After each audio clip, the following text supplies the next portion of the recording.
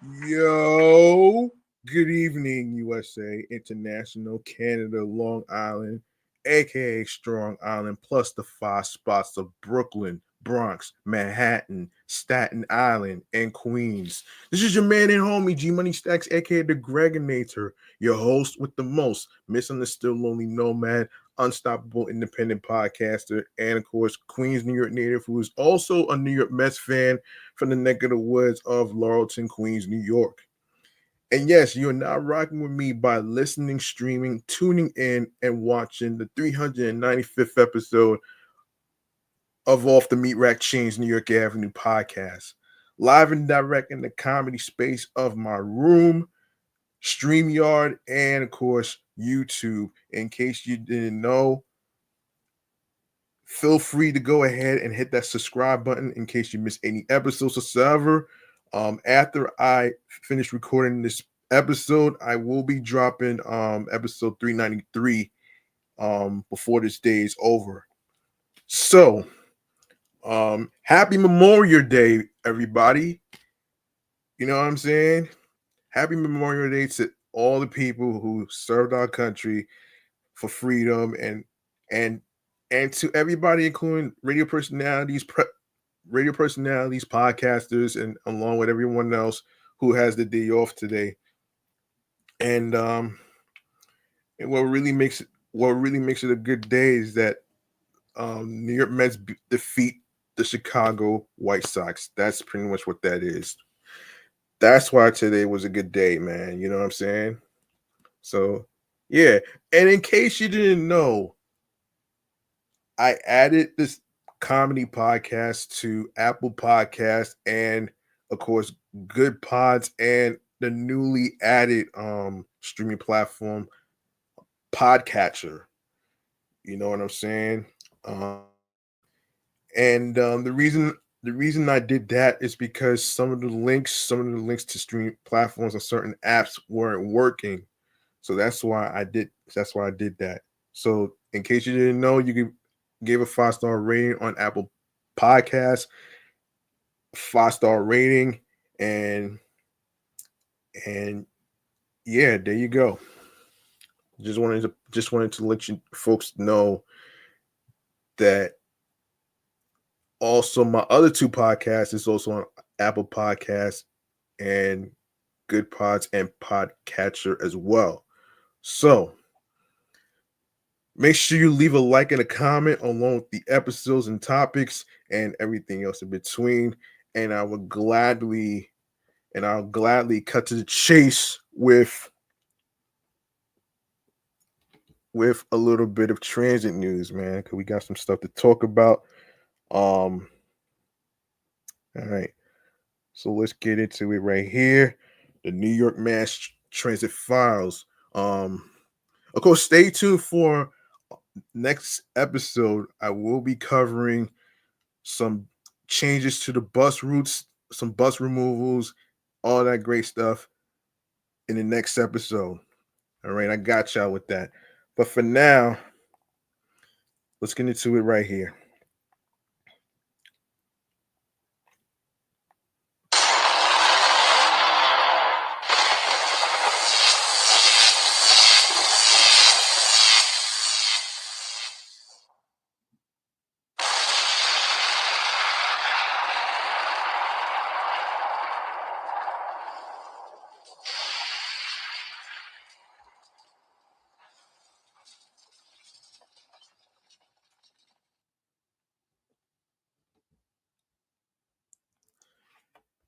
All right. I hope every single one of y'all are enjoying yourselves on Memorial Day with family, the people in the military, barbecues, all that great stuff whatsoever. And please be careful out there. Also, a little quick side note here.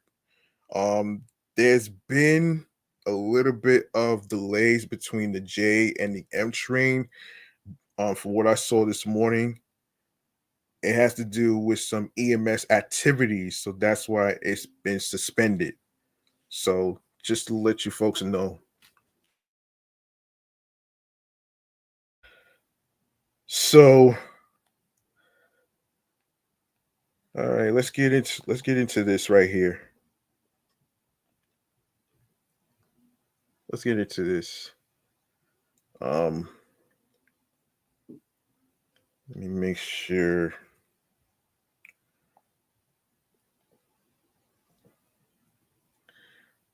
Hold on.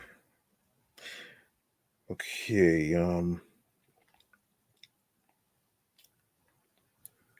Hang on 1 second here.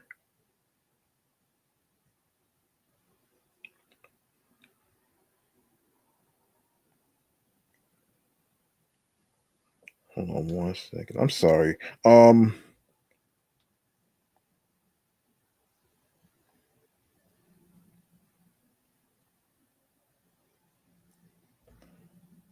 on 1 second. All right. All right. Let me make sure I get my topics together, and I should be good to go.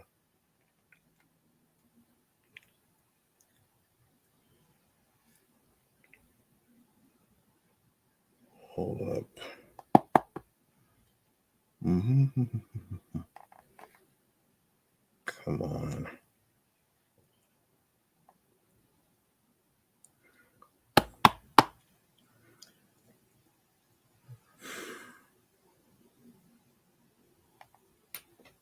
One moment, please.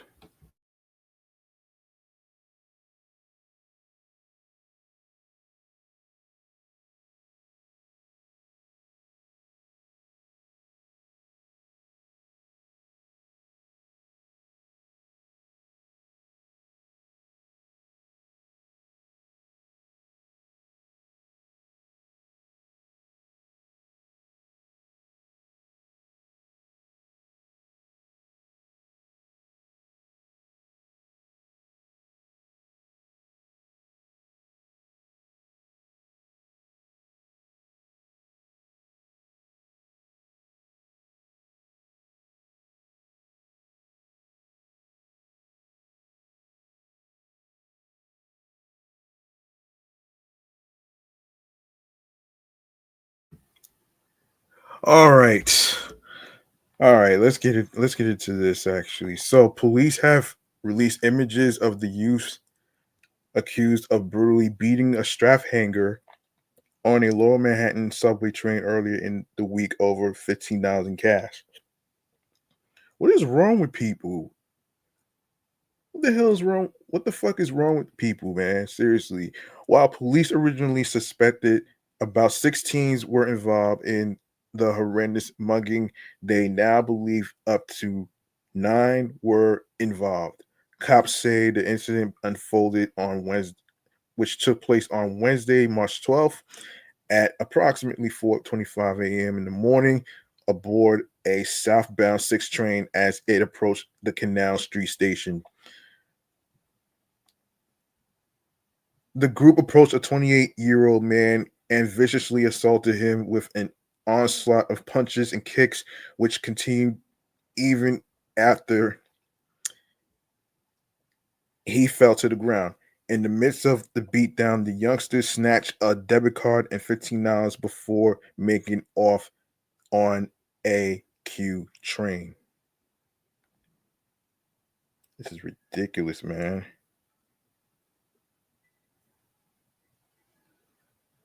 Damn.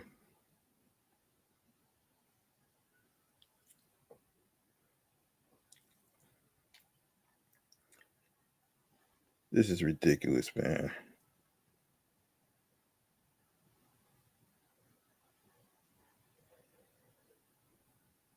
How ridiculous can that be, man? You know what I mean?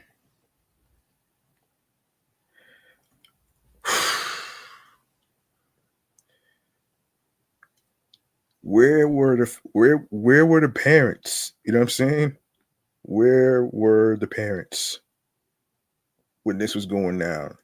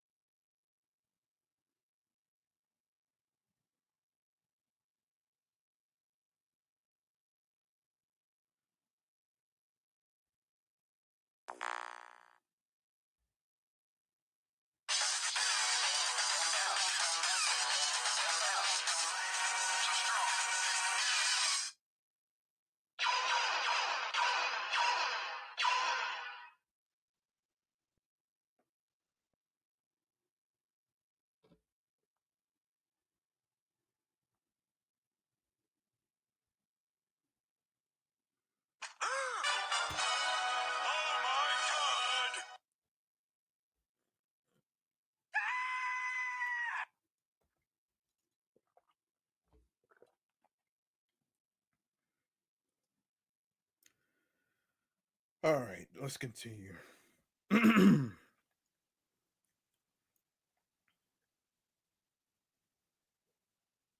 All right.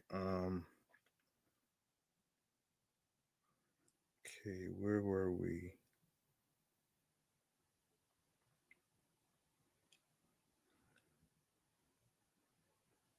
Yes.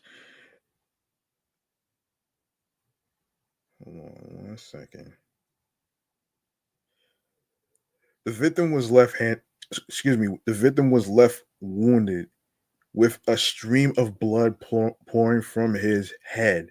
Also, he also suffered swelling to his face and nose, cops said. EMS bandaged him and rushed him to Bellevue Hospital, where he was placed in stable condition. Several days following the incident, detectives have released images of the suspected attackers in hopes they will be recognized. One of the muggers was last seen wearing a black jacket, black pants, and a and white black and white shirt, while a second was spotted wearing a dark colored hooded sweatshirt and black mask. A third was caught on video without a t-shirt and appeared to be sporting several tattoos. The fourth is described as a female and was last seen wearing a pink hooded sweatshirt and black headphones. She was accompanied by a male wearing a black hooded sweatshirt and black sweatpants, and another male wearing a black t shirt. The final three were described as follows: a male wearing a white hooded sweatshirt, black pants, and black and white sneakers, a male wearing a white t-shirt, black pants, and white sneakers, and a male wearing a black and white hooded sweatshirt, black pants, and white and black sneakers. Of course, anyone with information regarding their identities or whereabouts can call Crime Stoppers at 800-577-TIPS for Spanish Latinos. You can dial 888-57-PISTA. You can also submit tips online at crimestoppers.nypdonline.org or on X, formerly Twitter, at NYPD Tips. All calls and messages are kept confidential. Next we have the Interborough Express. Okay, so, and this is according to Secret New York. Queens residents were privy to a first look at the initial plans for the Interborough Express, NYC's upcoming light rail that will connect Brooklyn and Queens. At first, MTA's first public open house on the project. IBX overview: the light rail will span 14 miles across existing tracks, connecting 17 subway lines, the Long Island Railroad, and more than 50 bus routes. The breakthrough transit project will finally improve mobility between the two most populated boroughs of NYC, Brooklyn, and Queens. IBX will ultimately eliminate riders needing to pass through Manhattan just to travel between Brooklyn and Queens. Ridership on the IBX is projected to reach 115,000 daily riders on weekdays alone. IBX route: the light rail with travel between southern and eastern Brooklyn and central Queens between 19 proposed stations. These neighborhoods include Sunset Park, Borough Park, Kensington, Midwood, Flatbush, Flatlands, New Lots, Brownsville, East New York, Bushwick, Ridgewood, Middle Village, Maspeth, Elmhurst, and Jackson Heights. in addition to communities that don't currently have a rail station. Now, the IBX fare to ride, the IBX will be determined at a later date by the MTA board upon implementation.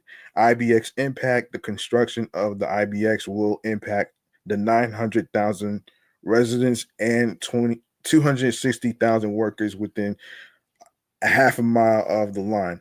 Of those nearly 1 million residents, more than 55% of Brooklyn residents in the corridor work in Brooklyn. Meanwhile, 40% of Queens residents in the corridor work in Queens.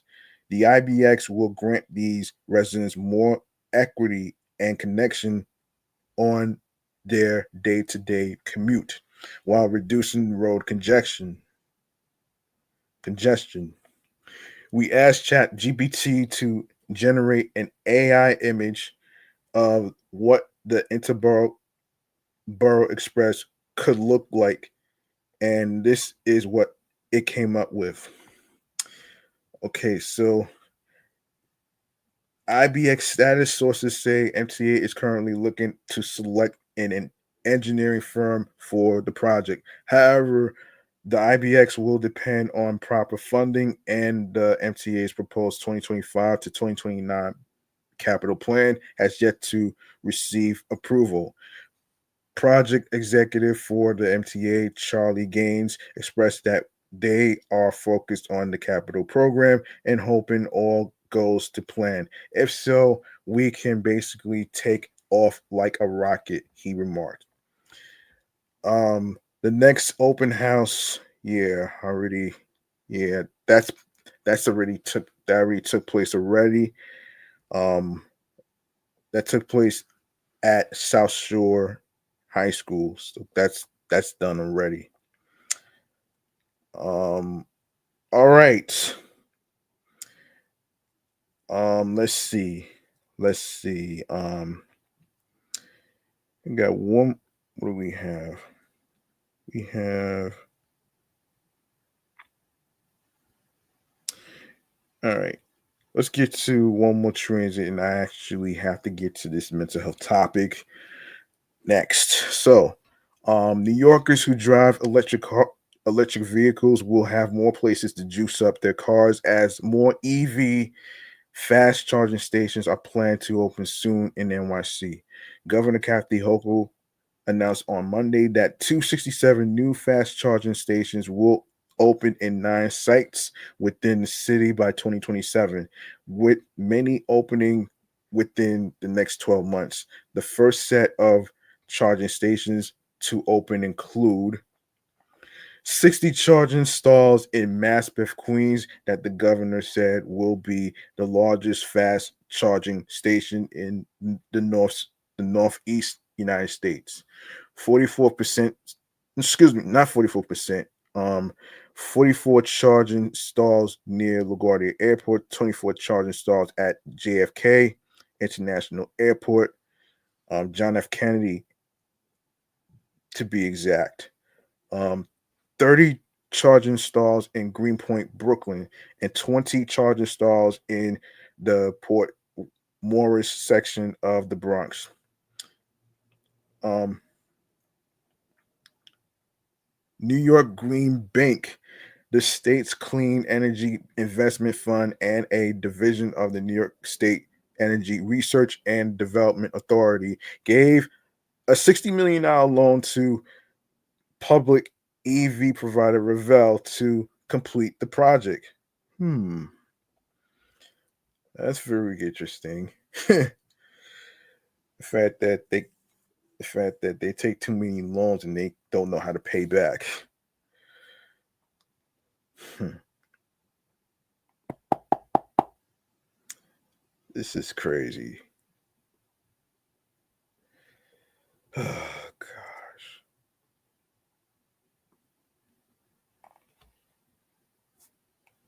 Hold on.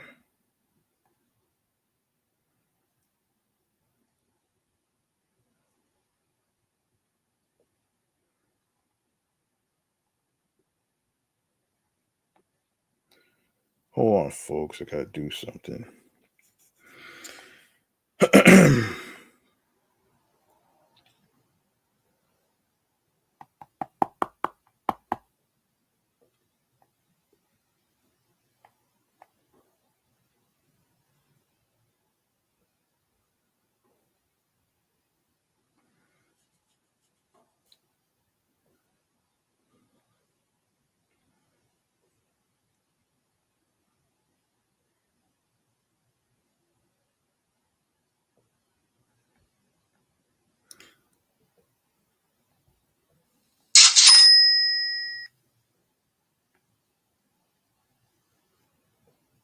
It is unclear right now which agency will pay back the loan. The announcement represents NYGB's first EV charging infrastructure transaction. According to the governor's office, the project supports the expansion of investments in clean transportation to reduce greenhouse gas emissions while increasing access to charging infrastructure necessary for the wider adoption of EVs. In support of the transition to clean energy economy, it is critical that we continue to build electric vehicle infrastructure to ease the shift to EV ownership for more New Yorkers, especially those in urban areas. Hochul said this significant investment addresses the key need of providing electric vehicle users in New York City with much needed public charging options while reducing local emissions. New Yorkers will not have to wait too long for the first batch of Revel chargers to open. The Brooklyn based company said in December that the JFK chargers will open in early 2025 and will more more than double the current EV charging capacity at the airport. The new chargers will be adjacent to the main rider the main rideshare vehicle waiting area. End quote. It's impossible to electrify rideshare without an abundance of charging near the airports, um, Frank Reege, co-founder and CEO of Revel, said at the end of 2024. In partnering with the Port Authority at JFK, Revel has now cemented plans for the largest public fast charging stations at both of New York's home turf airports. The NYC Department of Transportation operates 3 fast charging stations, has 2 in construction, and over a dozen in the pipeline, according to an agency spokesperson. The DOT also operates 70 L2 chargers, which take about 3 to 5 hours for 80% charging across its network of public parking facilities and 98 public curbside L2 chargers. The DOT also has plans to add 600 more curbside chargers as well as more chargers in public parking facilities. The new Revel charging stations will be open 24/7 and available for any make and model electric vehicle. All chargers, all chargers installed at future locations, the governor's office said, will have speeds of at least 320 kilowatts, which can charge an EV as little as 15 minutes. For the past few years, Revel has been preparing a strategic portfolio of the most lucrative fast charging locations in New York City, Reed said. These sites are now shovel ready with the critical support from New York Green Bank. We are ready to take New York's EV economy to the next level with a fast charging network rivaling any other top tier city. All right. Now I want to get to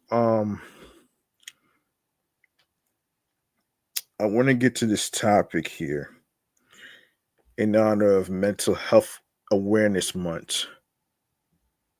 So let's cut to the chase with a little mental health check-in, man. See how y'all doing on the inside as far as your well-being.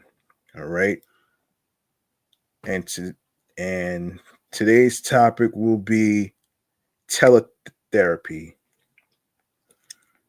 I'll break that down in the segment right here, mental health check-in.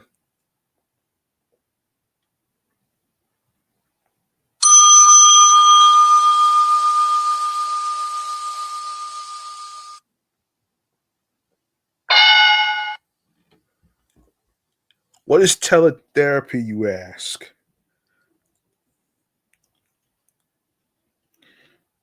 Let's see.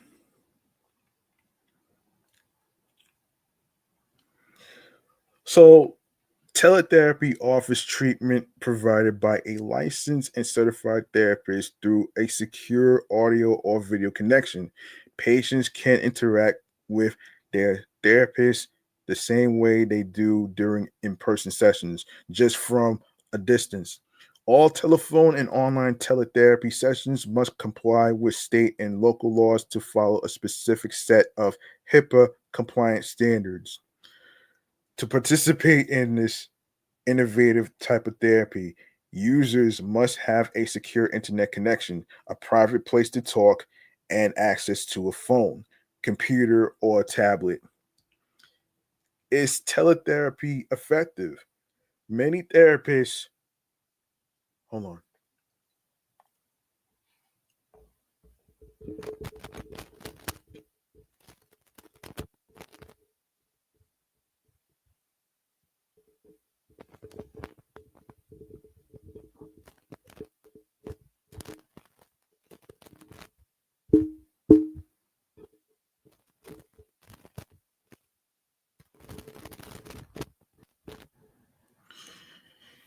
Yeah, sorry about that, folks. I had to adjust my mic. Um, yeah, where was I? Where was I? Where was I? Yes.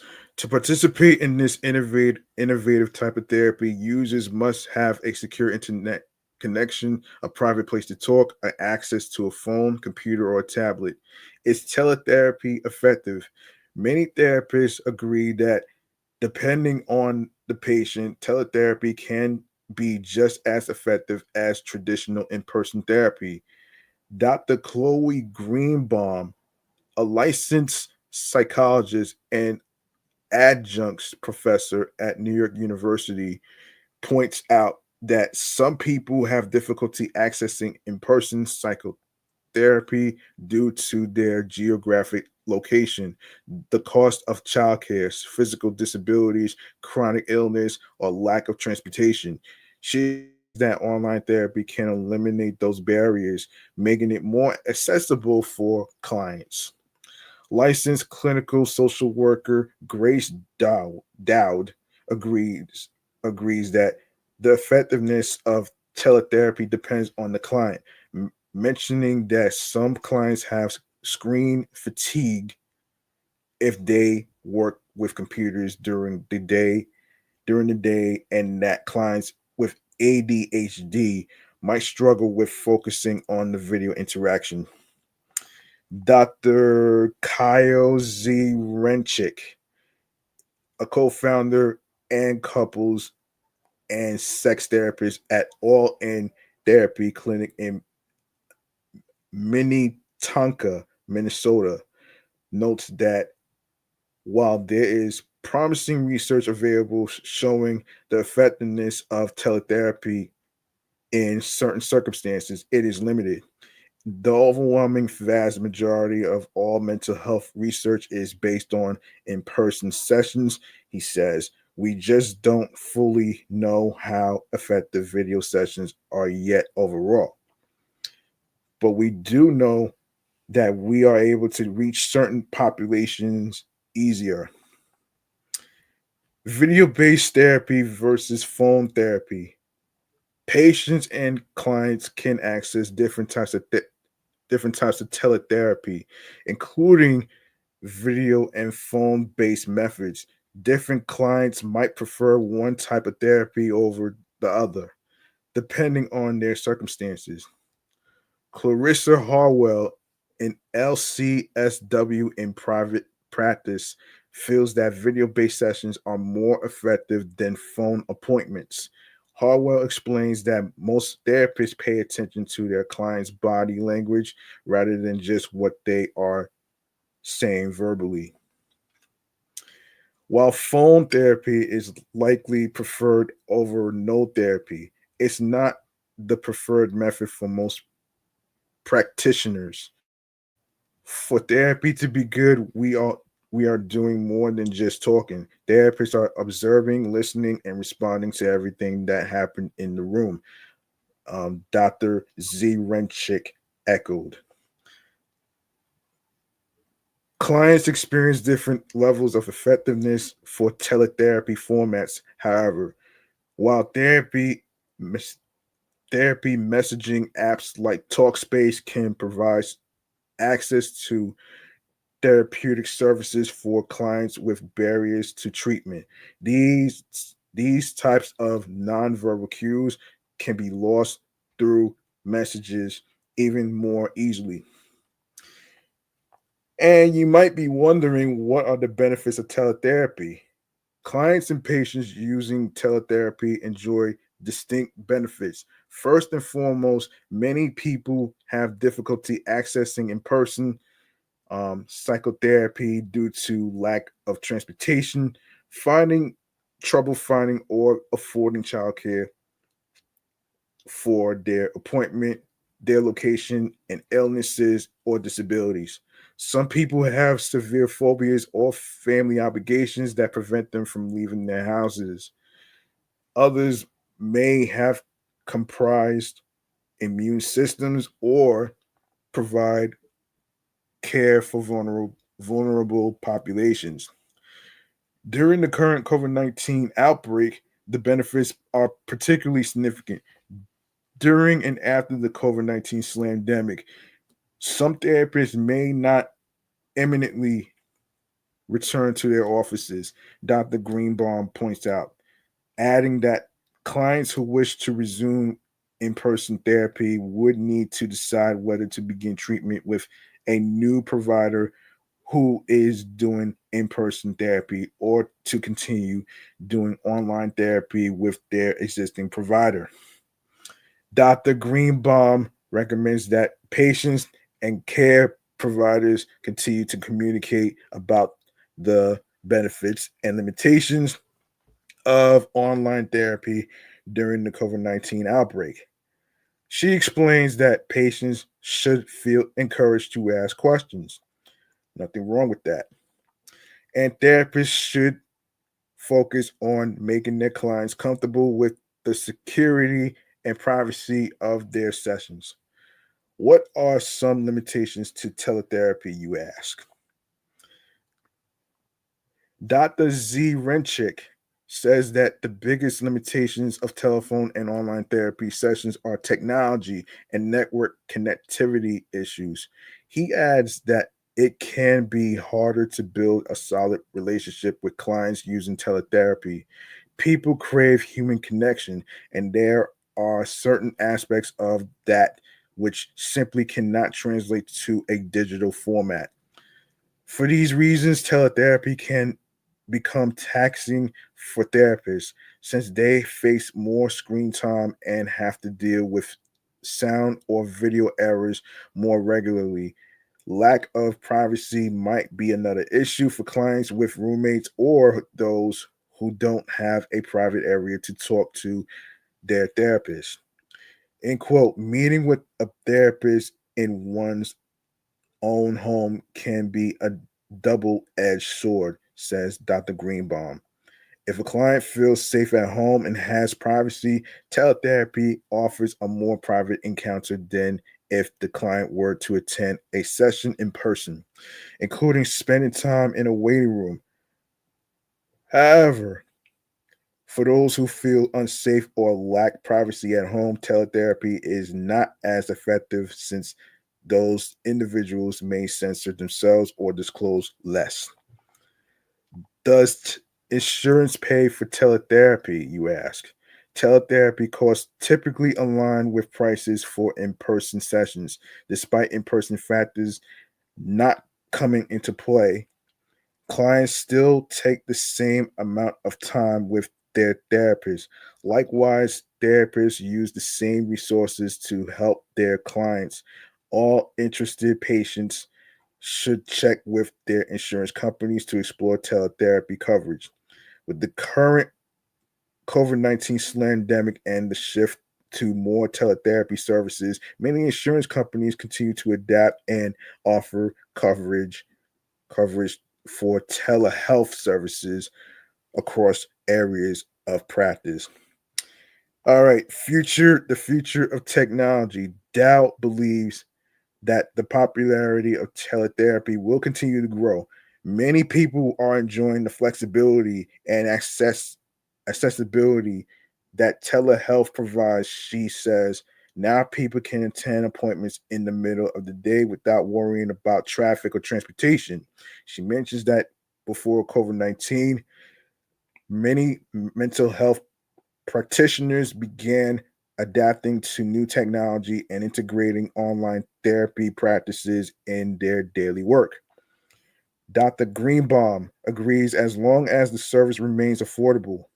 I believe that if insurance providers cover or reimburse for teletherapy at the same rates as in-person therapy, many providers and patients will continue utilizing teletherapy. So there you go. And this is according to psychology.org. You're more than welcome to actually check out www.psychology.org, and you can check out the resources wherever you live. And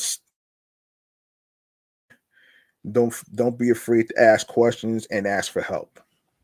All right. So there you go. There you go, right there. Now,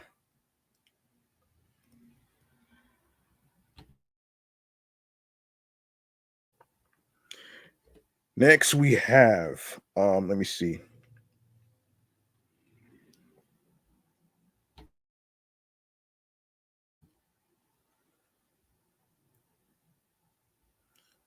Okay, next we have, oh boy. Oh shit. Why did I do that? Um why did I do that?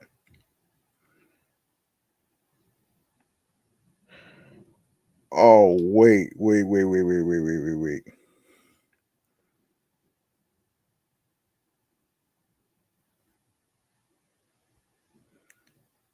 Oh no. Okay. Hold on. 1 second.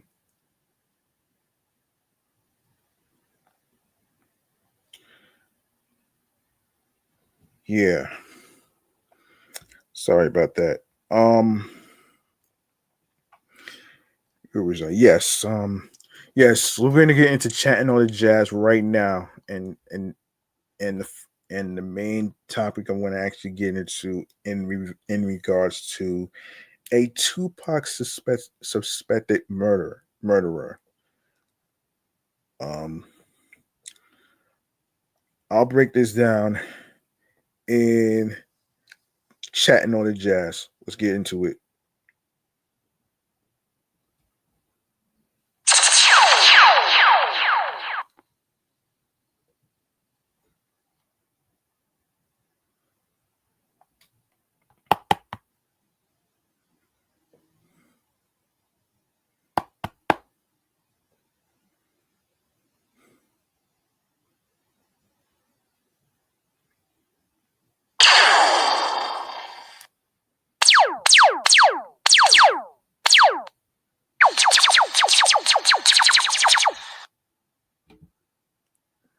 All right.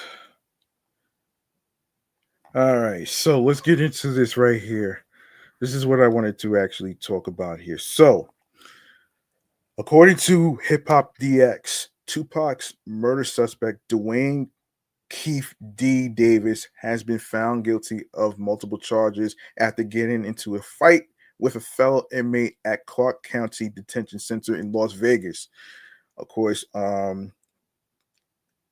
this took place on April 9th. A grand jury ruled that Keefe was found guilty of battery by a prisoner and issuing challenges to a fight over a brawl that occurred last December, according to KTNV. Hmm. Hold on. So, the 61-year-old gang member will be sentenced on May 27th. Wait, that's tomorrow. The fight captured on surveillance cameras was described by authorities as mutual combat by grappling and throwing closed fist strikes. How fucking stupid can you be to do some shady shit like this? Like, really? Really?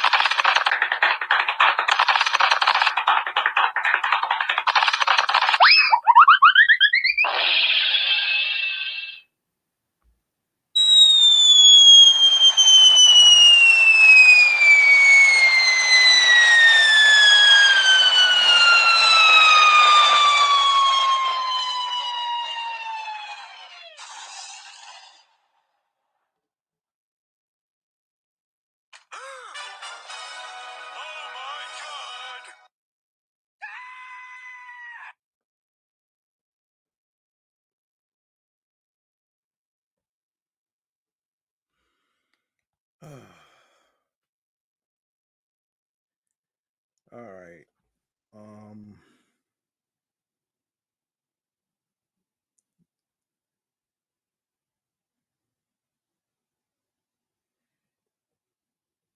Yeah, the fight captured on surveillance cameras was described by authorities as mutual combat by grappling and throwing closed fistfights. The scuffle was eventually broken up by guards who deployed the use of pepper spray. Keefe D claimed that he was merely standing his ground. Keefe has been in police custody since September 2023 when he was charged with orchestrating the murder of Tupac, which marked the first arrest in the decades old case. He is expected to remain behind bars until his trial begins in February 2026. The ex Compton Crip has pleaded not guilty to one count of murder with use of a deadly weapon. First interview since his arrest, Keefe D claimed that a former bodyguard of Suge Knight was the mastermind behind Pac's 1996 killing. I did not do it, he said to ABC News in March. Yeah, right. Before downplaying prosecutors' case against him, they don't have nothing, and they know not they know they don't have nothing. They can't even place me out here. They don't have no gun, no car, no Keith D, no nothing. Related box error, post ID or slug, incorrect, no post found.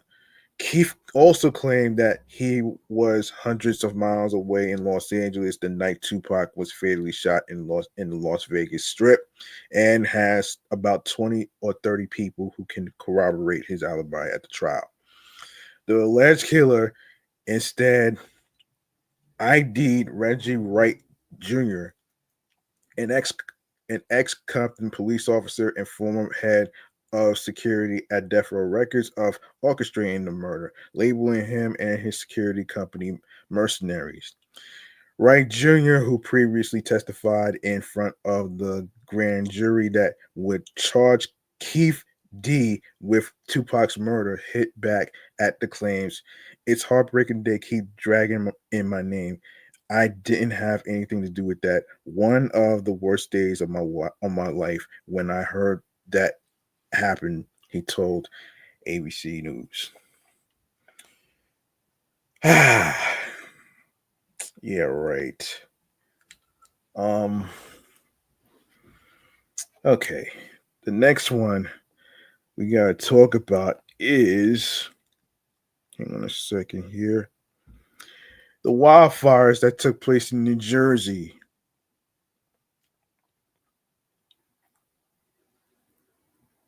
Let me see. Yes, Ocean County, New Jersey. A massive wildfire continues to burn parts of New Jersey as the state government has declared a state of emergency.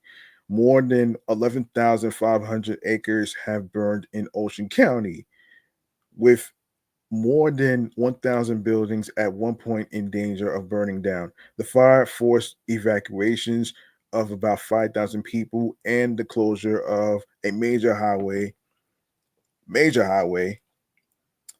both of which have been linked. Excuse me, both of which have been lifted. The Associated Press reported.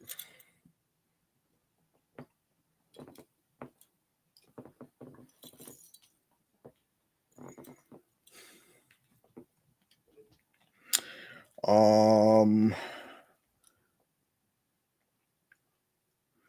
So yeah.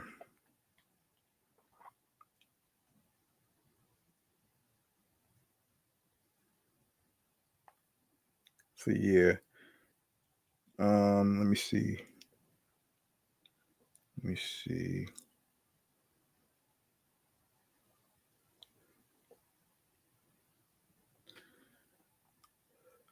The fire is south of Tom's River near the Garden State Parkway. Hang on a sec. Yeah. Luckily, no one has been injured in the blaze, which is suspected to continue to grow until the hell? No.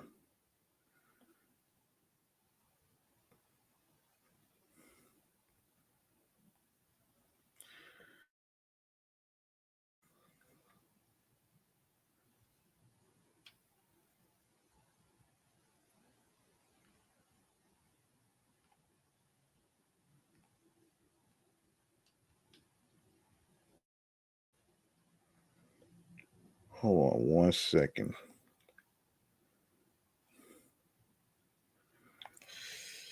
Oh, Lord.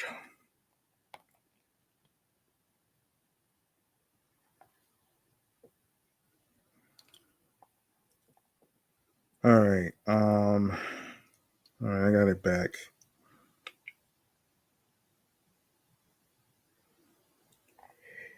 Yes, so let me see. Yes, so the fire is south of Toms River near Garden State Parkway.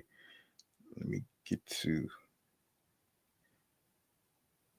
Luckily, no one has been injured in the blaze, which is expected to continue to grow until rain comes later this week, officials said. Officials said it could be the largest wildfire in the Garden State in 20 years, CNN reported. Only about 30% of the fire has been contained, and an official cause has not been determined by Wednesday afternoon. So far, so far, only a commercial building and some cars have been destroyed. And I am declaring a state of emergency in Ocean County due to the Jones Road wildfire in the Greenwood Forest Wildfire Management Area near Lacey Ocean and Burngat Townships. At this time, we have no loss of life and no homes have been harmed. This is from Lieutenant Governor Tahisha Way. So this is crazy, man.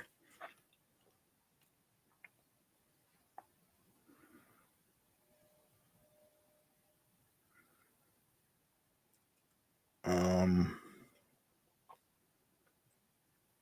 yeah. The fire is in an area of wilderness, but is near the start of residential areas. Department of Environmental Protection Commissioner Sean Latourette said. It's the interface where the environment and development meet, Latourette explained. The region had been in a severe drought, but spring rains helped bring some moisture to the area. But there has been another dry stretch of this was the second forest fire in the area in less than a week.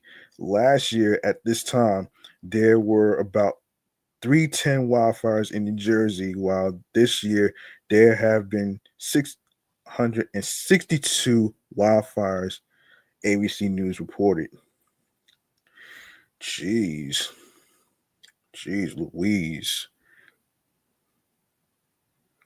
Jeez Louise. Um,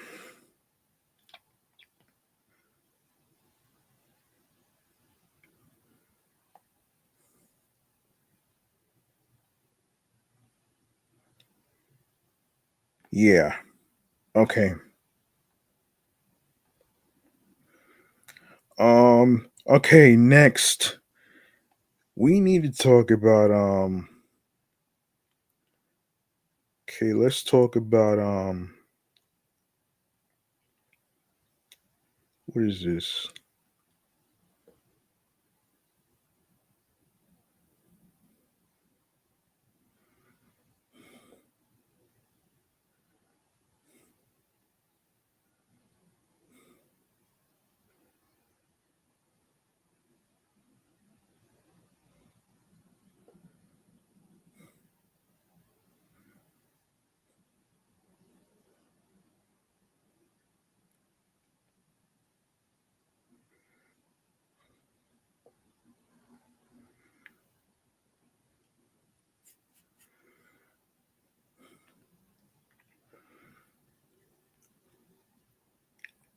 Hold on, let's get to Roxanne Shante.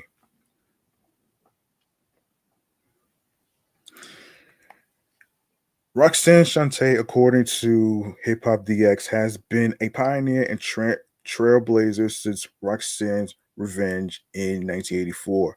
So it should be no surprise that she's making history yet again, this time as the first solo female rapper to receive a Lifetime Achievement Award from the Recording Academy.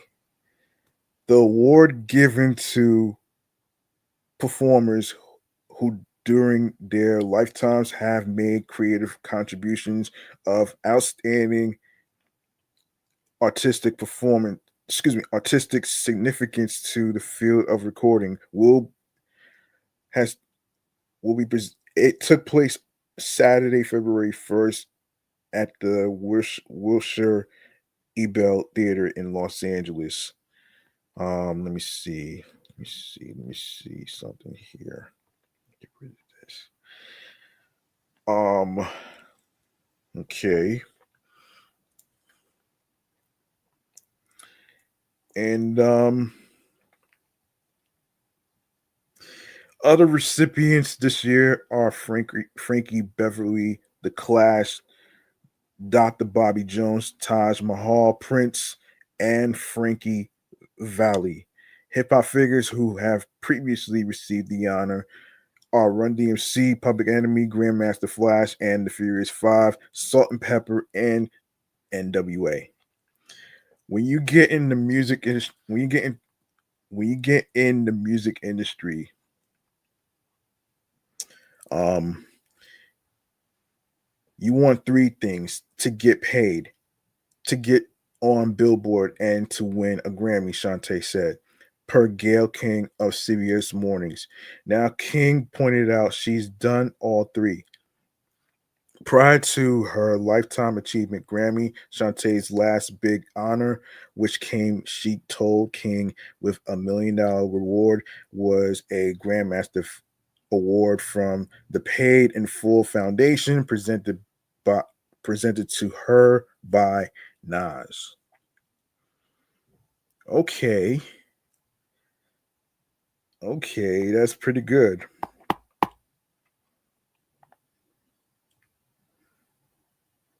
That's pretty good.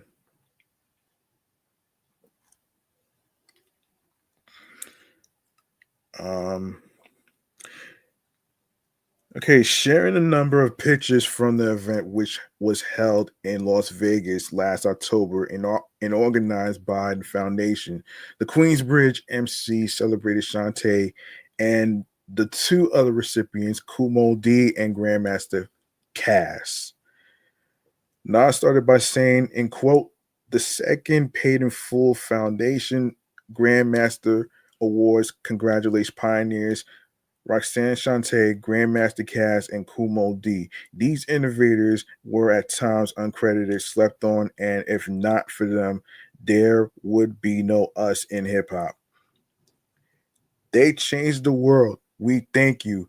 Thanks to the Horowitz Ben and Felicia Horowitz of the Pain and Full Foundation and many others who helped make this possible. Alongside a photo of Rakim, Scarface, and himself, Nas standing with icons, the event curators who helped pick out some honorees. New MCs killed the stage as well. I took the picture of Rakim after he handed Kumo D his award. That moment has so much meaning.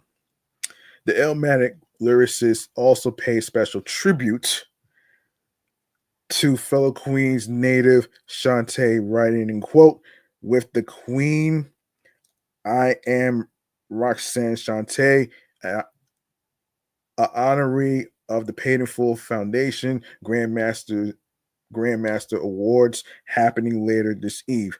Thank you, Big Sis, for your contributions to hip hop. What a moment to honor a game changer who comes from where I'm from. She started it all. All right. All right. Let's make some noise for Roxanne Shante, shall we?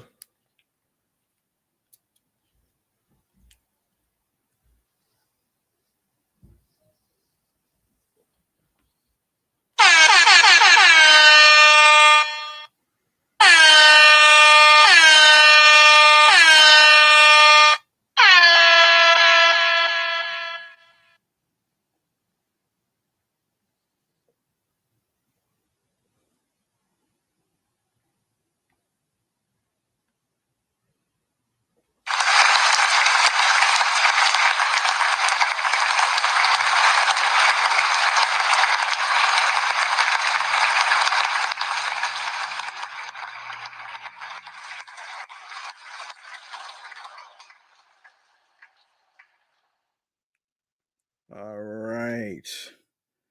All right. Let's see. Let's see what else to talk. Yes. Next topic. Um, okay, so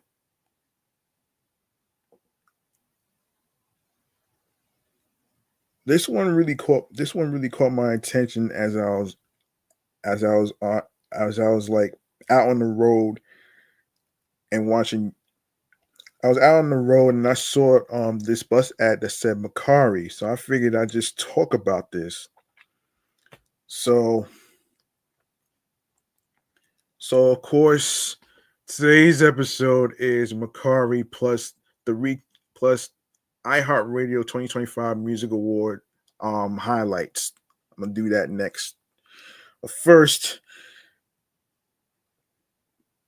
let me explain what Mercari is about. All right. So let's see.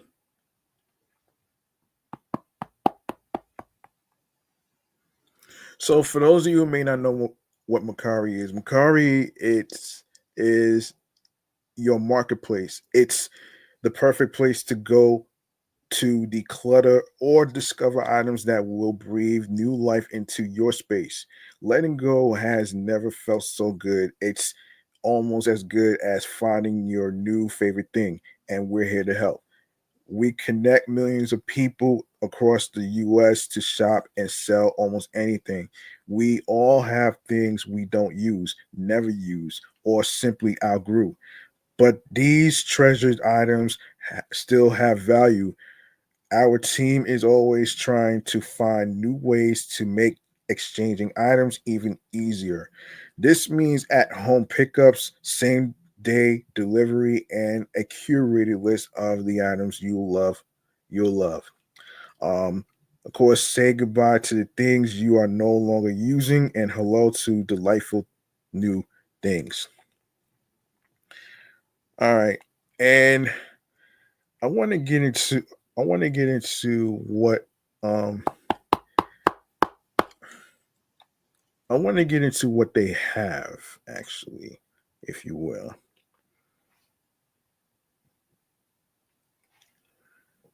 Hold on. I want to get into what they have, actually. Do apologize. I do apologize. I want to get into what they have.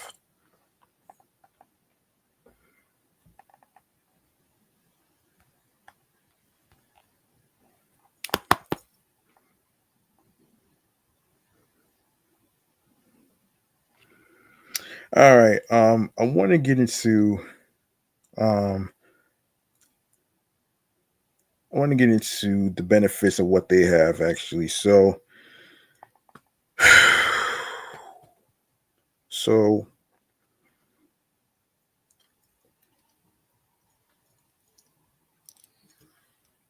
okay, so there's categories that includes gaming, there's figurines, they have electronics, they have toys. Let me see.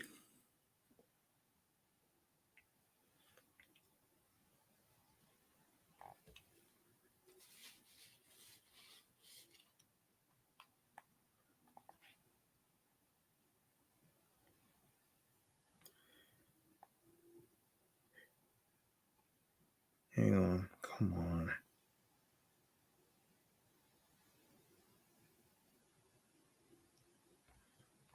What is going on with this thing?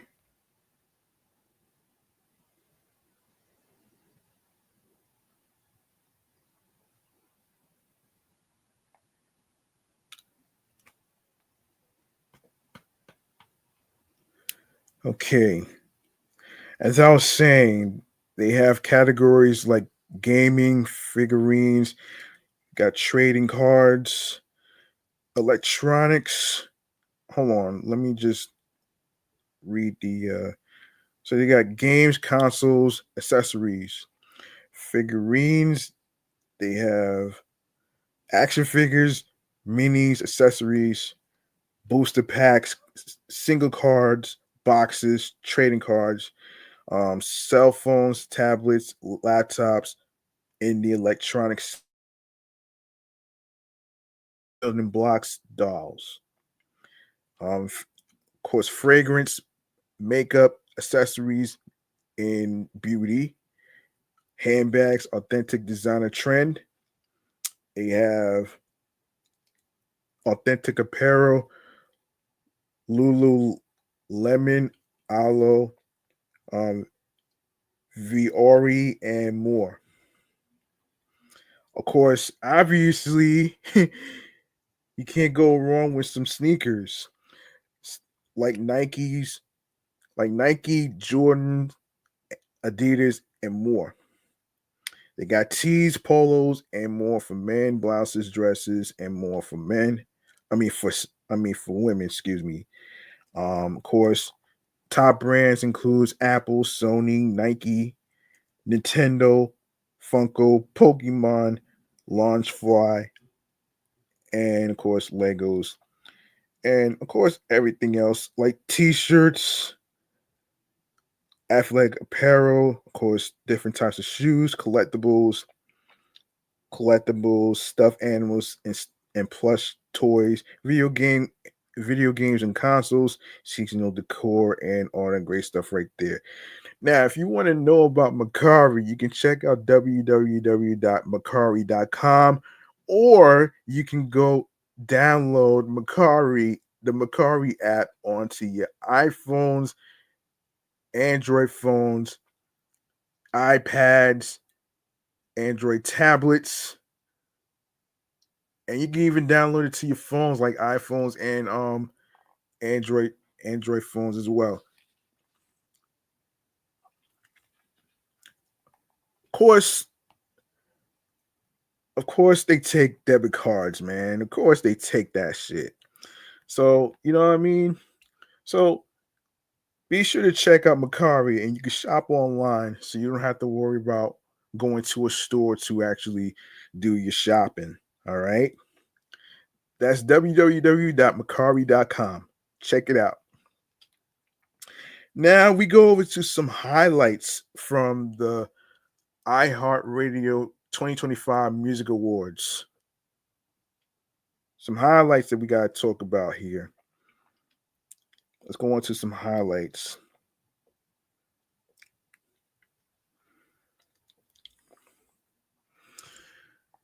All right. Okay, and this is according to iHeart.com. I want to go into we're gonna start with and of course, in case you missed it, you can watch the iHeartRadio 2025 Music Awards, which is out on Hulu right now. And we're gonna go over the highlights of the winners, starting with Taylor Swift, Kendrick Lamar, Lady Gaga, Jelly Roll, SZA, Green Day, Bad Bunny, and Billie Eilish. The Innovator Award recipient, Lady Gaga,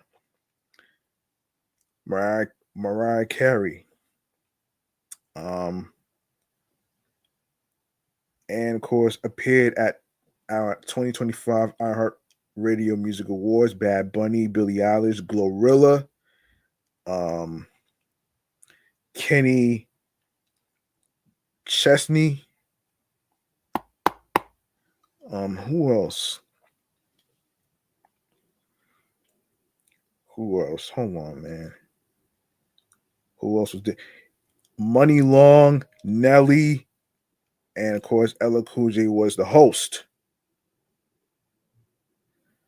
So, so yeah, there you go. And of course, now in its 12th year, the iHeartRadio Music Awards is a star-studded event celebrating the most played artists and songs on iHeartRadio stations and the iHeartRadio app throughout 2024, while also offering a preview of the upcoming hits of 2025. The show will feature live performances from the biggest artists in music, as well as surprise duets and collaborations and award presentations in multiple categories. Since the awards' inception in 2013, the show has included live performances and appearances by such superstar artists by Bon Jovi, Maroon 5, Camille Cabello, Bruno Mars, Taylor Swift, Katy Perry, Ed Sheeran, Jason Aldean, Beyonce, Rihanna, Sam Smith, Megan Thee Stallion, Lady Gaga, Madonna, Blake Shelton, Pharrell, Pitbull, Justin Bieber, and many more. Of course, this year's iHeartRadio Music Awards will also pay tribute to the resiliency and rebuilding of Los Angeles following the devastating wildfires affecting the entire community and will drive donations to fireaidla.org. All right. And you can also donate to the cause as well, fireaidla.org. As I talked about it months ago, you don't need to be from a rich family. You don't need to be a celebrity to actually help out people. It's about being human. You know what I mean? You get what I'm saying? All right, there you go. All right, hang on one second. Yeah, and let me see. So, um, yeah, I just mentioned names already. So let me find out. Okay, let's find out who performed. Okay.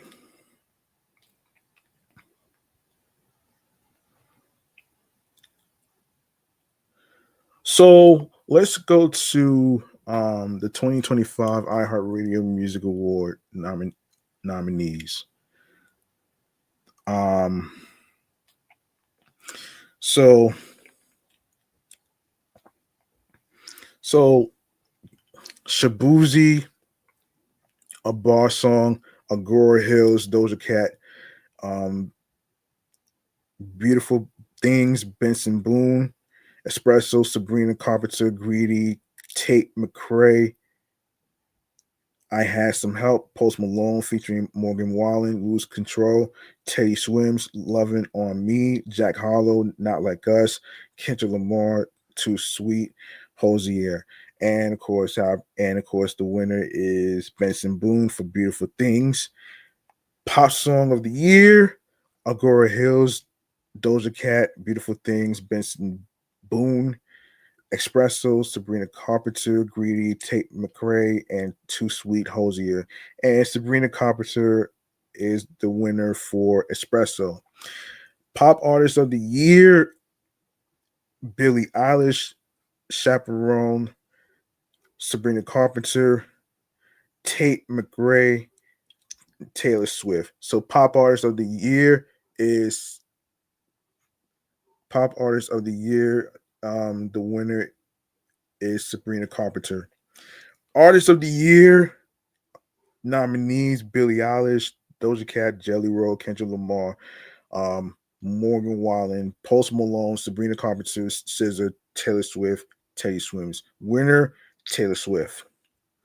Album of the Year: Billie Eilish, Hit Me Hard and Soft. Winner: Pop Album of the Year: Taylor Swift, The Tortured Poets Department. Wait, hold on. Billie Eilish, Hit Me Hard and Soft is the winner for Album of the Year. Pop Album of the Year winner is Taylor Swift, The Tortured Poets Department. Breakthrough Artist of the Year winner is Gracie Abrams. Best Collaboration, Die with a Smile by Lady Gaga and Bruno Mars. Fortnite, Taylor Swift featuring Post Malone. I Had Some Help, Post Malone featuring Morgan Wallen. Like That Future, Metro Boomin and Kendrick Lamar. Miles On It, Kane Brown, and Marshmello. And of course, the winner is Lady Gaga and Bruno Mars, Die with a Smile. best new artist nominees: Benson Boone, Chaperone, Gracie Abrams, Shabuzi, and Teddy Swims. And Teddy Swims is the winner. I don't know who he is. Y'all check him out.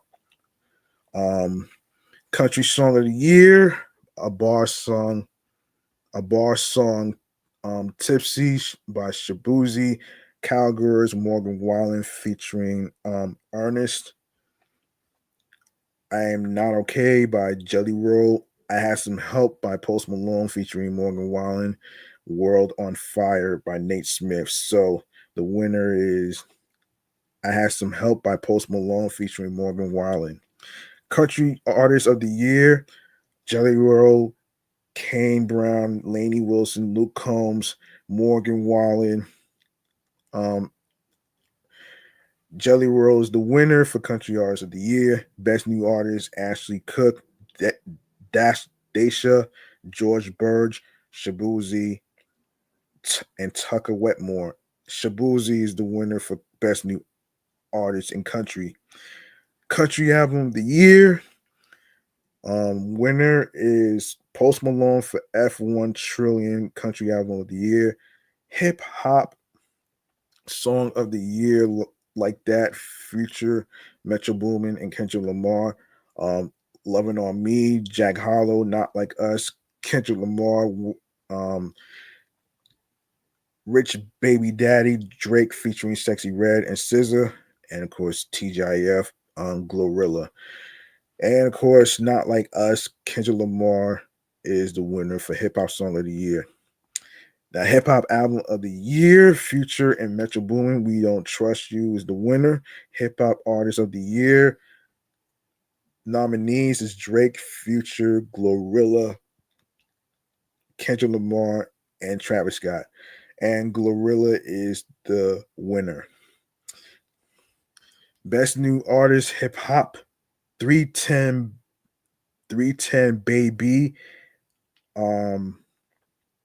Big X the Plug, Bossman D-Lo, Cash Cobain, and Jordan A.D. Tunji. And of course, the winner is Bossman D-Lo for Best New Artist in Hip Hop.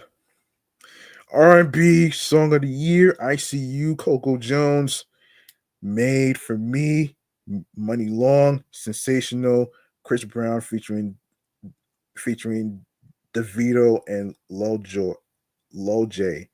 Water by Tyler, um, and Why at Brent Fayez. And of course, the winner for from R&B Song of the Year is Money Long, Made for Me. And of course, R&B Album of the Year is Usher, Coming Home. R&B Artist of the Year nominees: Chris Brown, Money Long, SZA, Usher, Victoria Monet. SZA is the winner for R&B Artist of the Year. World Artist of the Year: Burna Boy, Central C, Tim's, Tyler, and YG Marley. And of course, the winner is Tyler for World Artist of the Year. Best New Artist R&B: Four Bats, Amber, Anaya, Josh X, and Meta. Winner is Four Bats for Best New Artist R&B. Alternative Song of the Year: Dilemma, Green Day, Landmine, Sum 41, Neon Pills, Cage the Elephant, The Emptiness Machine, Linkin Park, and Too Sweet Hosier. And the winner is Too Sweet Hosier for Alternative Song of the Year. And of course, Alternative Artist of the Year: Cage the Elephant, Green Day, Linkin Park, Sum 41, 21 Pilots. And of course, winner is Green Day for Alternative Artist of the Year. Alternative Album of the Year is 21 Pilots, Clancy. Oh man, Clancy is the winner. Best New Artist, Alternative and Rock, Dijo, Fontaine's DC, Good Neighbors, Miles Smith, and The Last Dinner Party. Fontaine's DC is the winner for Best New Artist in Alternative and Rock. Rock Song of the Year, A Symptom of Being Human, Shine Down, All My Life, Falling in Reverse, and Jelly Roll, Dark Matter, Pearl Jam, Screaming Suicide, Metallica, The Emptiness Machine, Linkin Park. The winner is Shine Down, A Symptom of Being Human for Rock Song of the Year. Rock Artist of the Year includes nominees of Green Day, Linkin Park, Metallica, Pearl Jam, Shine Down. Shine Down is the winner for Rock Artist of the Year. And Rock Album of the Year, Linkin Park from Zero is the winner for Rock Album of the Year by Linkin Park. Dance Song of the Year, 360 Charlie XCX, Chase It by BB Rexa, I Don't Want to Wait, David Guetta and One Republic, Make You Mine, Madison Beer, Water, Tyler X Marshmallow, and of course the winner is Charlie XCS 360 for Song of the Year. And Dance Album of the Year, Charlie XCX Brat is the winner. Dance Artist of the Year, Calvin Harris, David Guetta, Dua Lipa, Kylie Minogue, and Tiesto. David Guetta is the winner for Dance Artist of the Year. And Latin Pop Urban Song of the Year, let me just okay, so let me see. Feed X Yandel Brickel, Mike Towers, La Falda, Bad Bunny featuring Feed, Perro Negro, Carol G featuring Peso Pluma, and of course Carol G C Ante T Hubira Conocido. And of course, obviously, the winner is Bad Bunny featuring Feed for Perro Negro. Latin Pop Urban Artist of the Year, Bad Bunny, Feed, Karol G, Mike Towers, and Shakira. And of course, Feed is the winner for Latin Pop Urban Artist of the Year. Latin Pop Urban Album of the Year is Shakira. She wins for Latin Pop Urban Album of the Year. Best New Artist, Latin Pop Urban, Christian, Alicia, Chris MJ, Ella Tubert, Floyd Manor, and Capel. And Capel is the winner for Best New Artist for Latin Pop and Urban. Regional Mexican Song of the Year. Wow. Yes. Grupo Frontera and Karen Leon. Grupo Firme, Oscar Ortiz and Edgardo Nunez. Xavi and Banda MS. D. Sergio Lizarraga.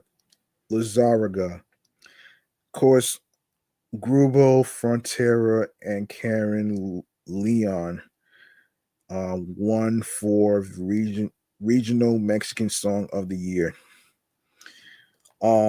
Regional Mexican Album of the Year goes to what is it? Peso Pluma for Ex Soto. Regional Mexican Artist of the Year. Frontera, Intocable, Los Angeles Azules, Peso Pluma, and Zavi. Peso Pluma is the winner for Regional Mexican Artist of the Year. And of course, all right, so Best New Artist for Regional Mexican, Chino Pecas, Ivan Cornejo, Luis R. Conriquez, Tito Double P, and Zavi. And Zavi is the winner for Best New Artist, Regional Mexican. All right, K-Pop Artist of the Year. A-Spot, ATEEZ, and hyphen Jimin and Lisa. ATEEZ is the winner for K-Pop Artist of the Year. K-Pop Song of the Year. Stray Kids, Magnetic, Ill Lit, Supernova, aespa, Who, Jimin, EXO, Only If You Say Yes, and hyphen. And of course, Jimin is the winner for Who under K-Pop Song of the Year. And of course, Stray Kids 8 is the winner for K-Pop Album of the Year. Best new artist K-Pop, Baby Monster, Bad Villain, Illit, NCT, Wish, and TWS. Illit is the winner for Best New Artist in K-Pop. Damn. Producer of the Year, Julian Bunetta, Jack Antonoff, Evan Blair, Mustard, Dan Nigro. Julian Bunetta is the winner for Producer of the Year. Songwriter of the Year, Josh Coleman, Ernest, Ashley Gorley, Amy Allen, and Justin Tranter. Amy Allen is the winner for Songwriter of the Year. And this is a shocker. New for 2025 favorite soundtrack socially voted category. Back to Black, Bad Boys, Ride or Die, Bob Marley, One Love, Challengers, Deadpool, Wolverine, Descendants, The Rise of Red, Emilia Perez, The Book of Clarence, Twisters, and Wicked. And obviously, Wicked is the winner for new for 2025 favorite soundtrack socially voted category. Oh boy. New for 2025 favorite Broadway debut socially voted category. Adam Lambert, Cabaret at the Kit Kat Club. And I'm not talking about the chocolate bar either. Oh shit. Oh man. Ariana Maddox for Chicago, Barbie Ferreira, Cult of Love, Charlie D. Emilio, and Juliet, Grant Gustin, Water for Elephants, Kit Connor, Romeo and Juliet, Lola Tongue, Hadestown, Nicole Scherzinger for Sunset Boulevard, Rachel Zegler for Romeo and Juliet, Robert Downey Jr. for McNeil, Sebastian Yatra for Chicago, and Shailene Woodley for Cult of Love. And of course, Rachel Zegler for Romeo and Juliet, won for new for 2025 favorite Broadway debut socially voted category. Okay.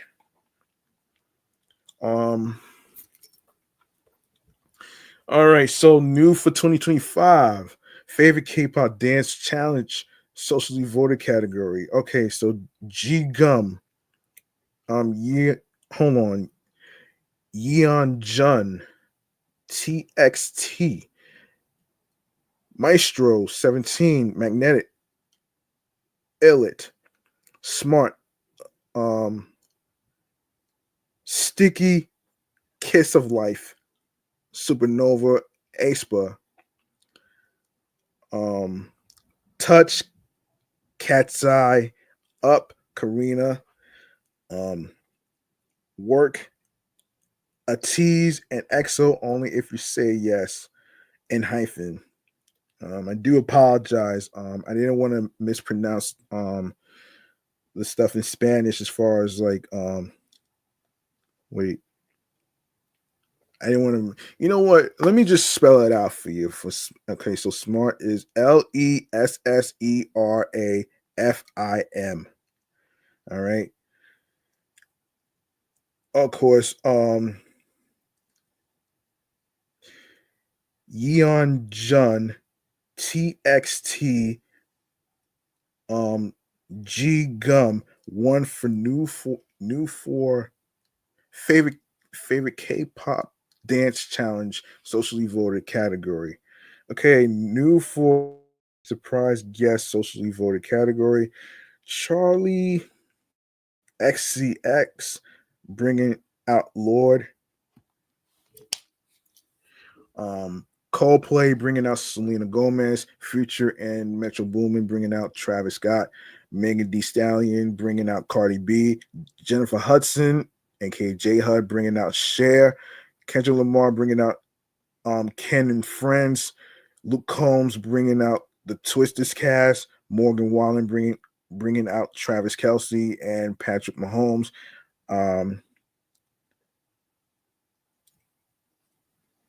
Niall Horan bringing out Shawn Mendes, Olivia Rodrigo bringing out Chaperone, Peso Pluma bringing out Becky G, and Taylor Swift bringing out Travis Kelsey.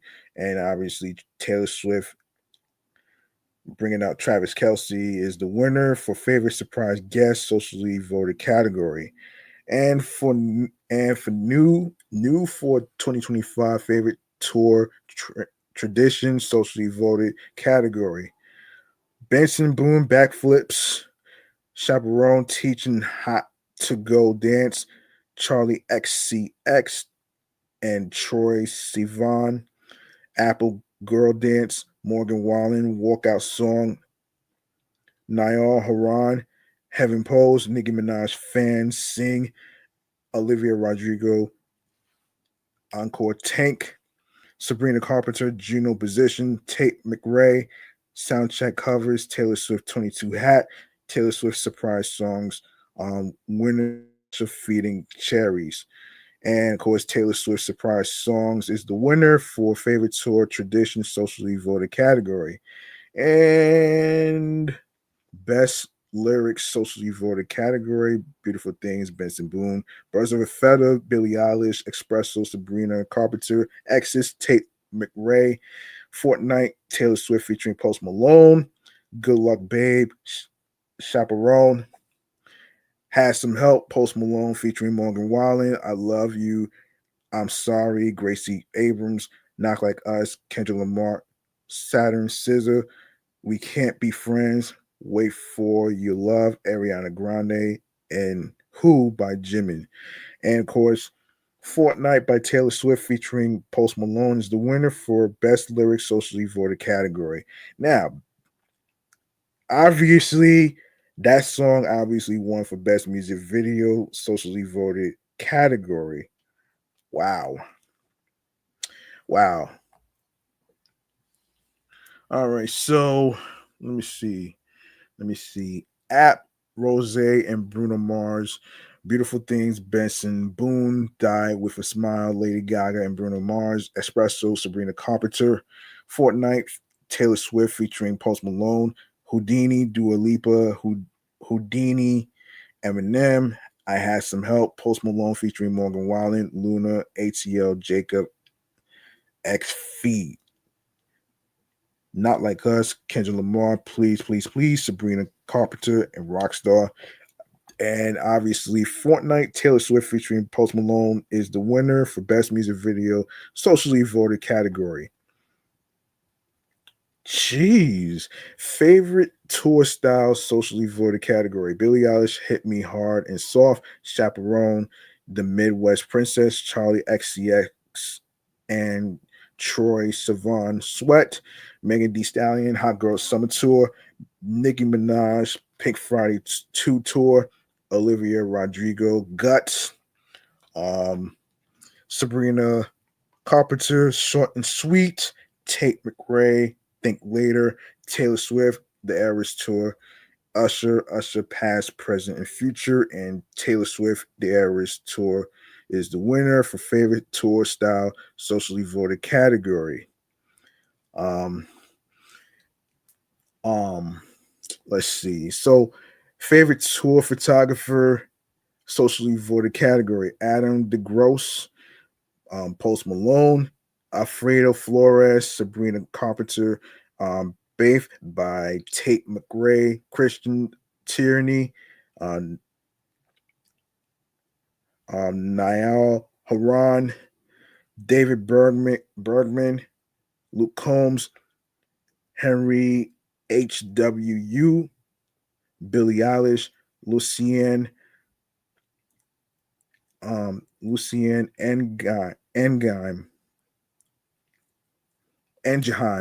excuse me, by Chaperone.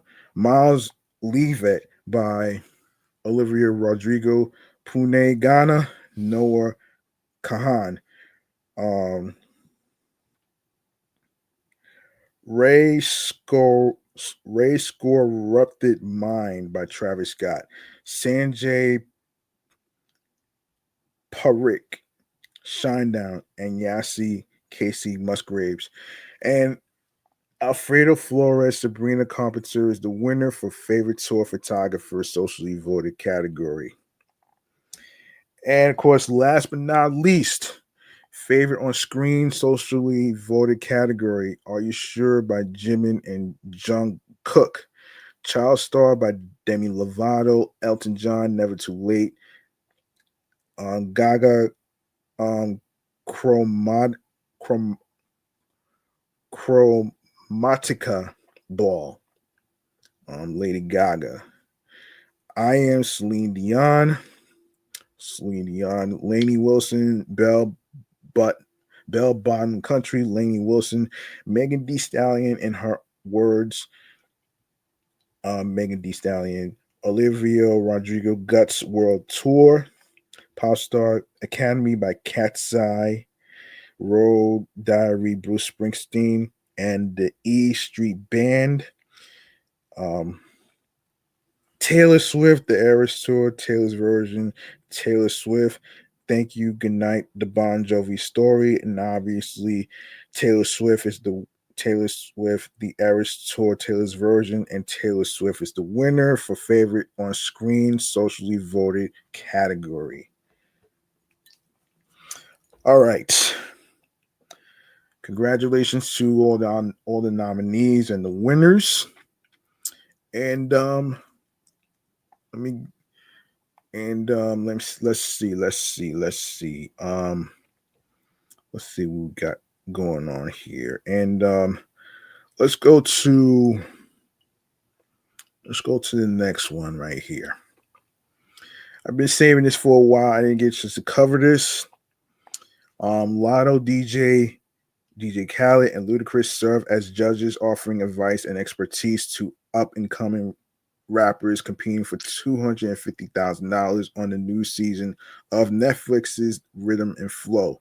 Win or lose, they are keeping it real with the competition. Interviews Georgette Klein and C. Vernon Coleman II. Hip-hop thrives on celebrating diamonds in the rough.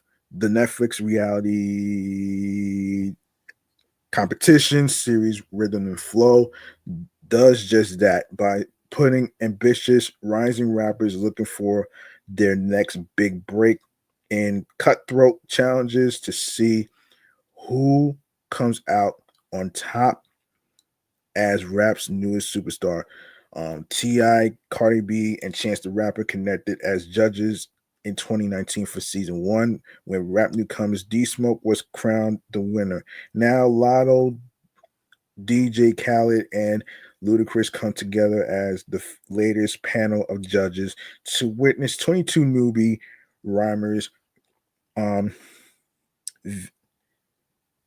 for a $250,000 um, grand prize in season two of the show. Let's see. Let's see.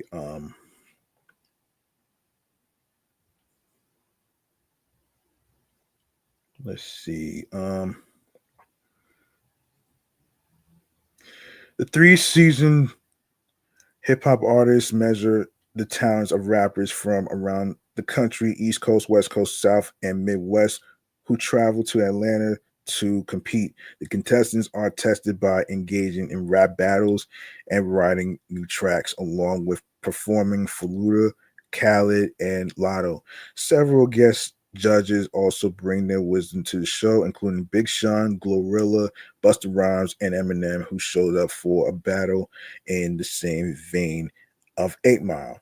Rhythm and Flow Season 2, which premiered on November 20th and concluded on December 4th, celebrates the art of rapping and showcases what it takes to become a force not only in the genre, but beyond its borders. Lotto, Khaled, and Luda are all looking for a full package artist. If there's anyone fit to find that in this series, it's Lotto, who came up as a contestant on the Rap Game in 2016 and won.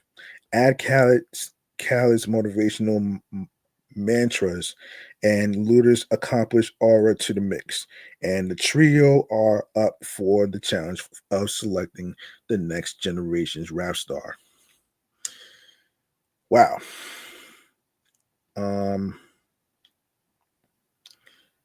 Okay, that's pretty good.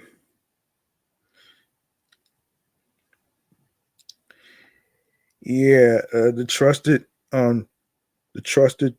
triumvirate speaks to Double XL about their different out this season and why everyone's a winner if they didn't get the bag. Yeah, I'm not even gonna really.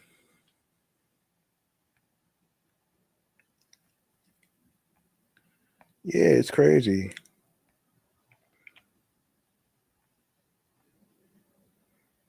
So let's get into what they're saying. All right, so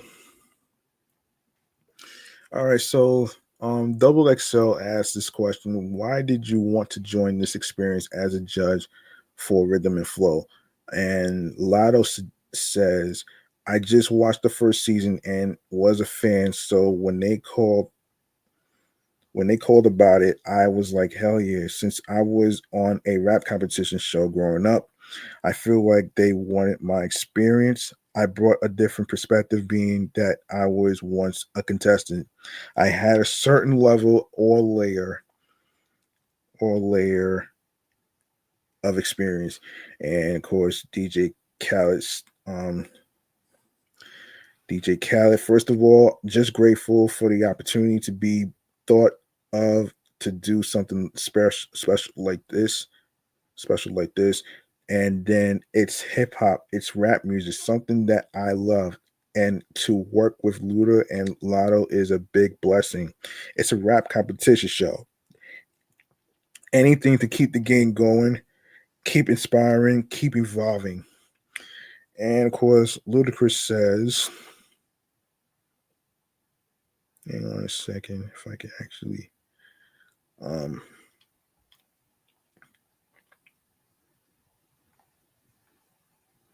for me, it was like this hungry energy of these artists that's trying to get put on, wanting to get close to that and remind myself of what got me here and what I'm attracted to in terms of the uh, perseverance and the resilience that it takes to prove that you are the best in any competition. Um,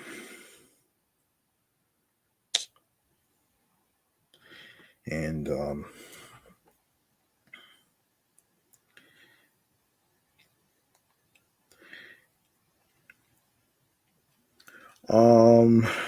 Double XL asks, what does this season um, showcase the most with the talent of up and coming rappers you saw compete? What stood out to you about them? The good thing is that we saw a variety of talent. It's always interesting to see to see them telling their stories about their neighborhood and things that they are going through.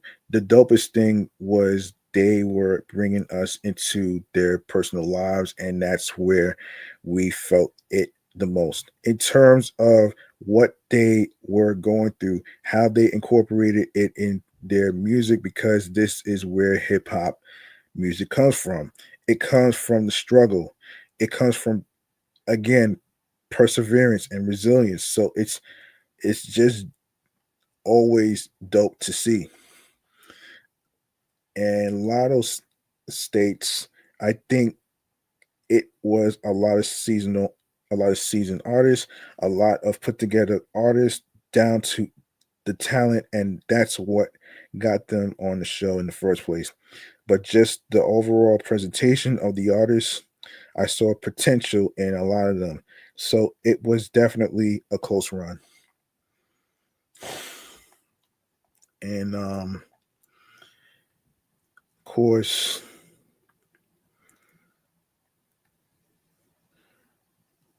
um and of course, and of course, DJ Khaled says it has so many elements. That's what I like about the show. Their story, their lifestyle, going in the studio with certain producers. A lot of them went to Detroit to rock with Eminem and had a cipher. What was their facial reaction? What was their facial reaction? Did they fumble? Did they pick up the ball? Did they score the touchdown? It's all those elements, and I've never seen that in one show. Usually, you have when you have a show, you see just a stage performance. This one broke down a lot of elements that represent hip hop, and I love that. And also, what kind of judge are you? What are the critiques and feedback you're giving? I was just being honest, passionate, and it's not about if my opinion mattered. I wanted to be able to remind people, especially on this platform, even if you didn't win the competition or win the bag or win the title, you still won because you got the opportunity. Now you can now you can build your fan base by everybody watching the show. Um, and Lotto says, I try not to be openly nice. It's hard for me to be mean. I was there before. I get it. I feel like I still am learning so much every day to this day. I remember 16-year-old me in their shoes. So I was very compassionate, and I tried to give realistic and relatable opinions and give them more insight. I was honest, but also compassionate.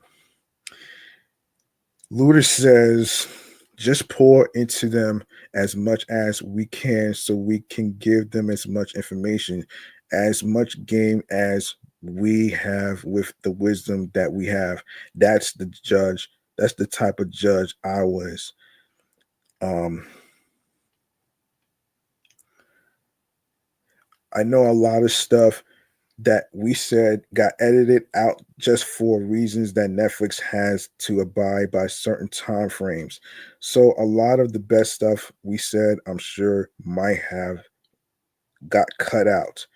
But that's what we were there for, just to give them as much game as possible without being abrasive. We wanted to make sure that they understood whether you win or lose, you do win.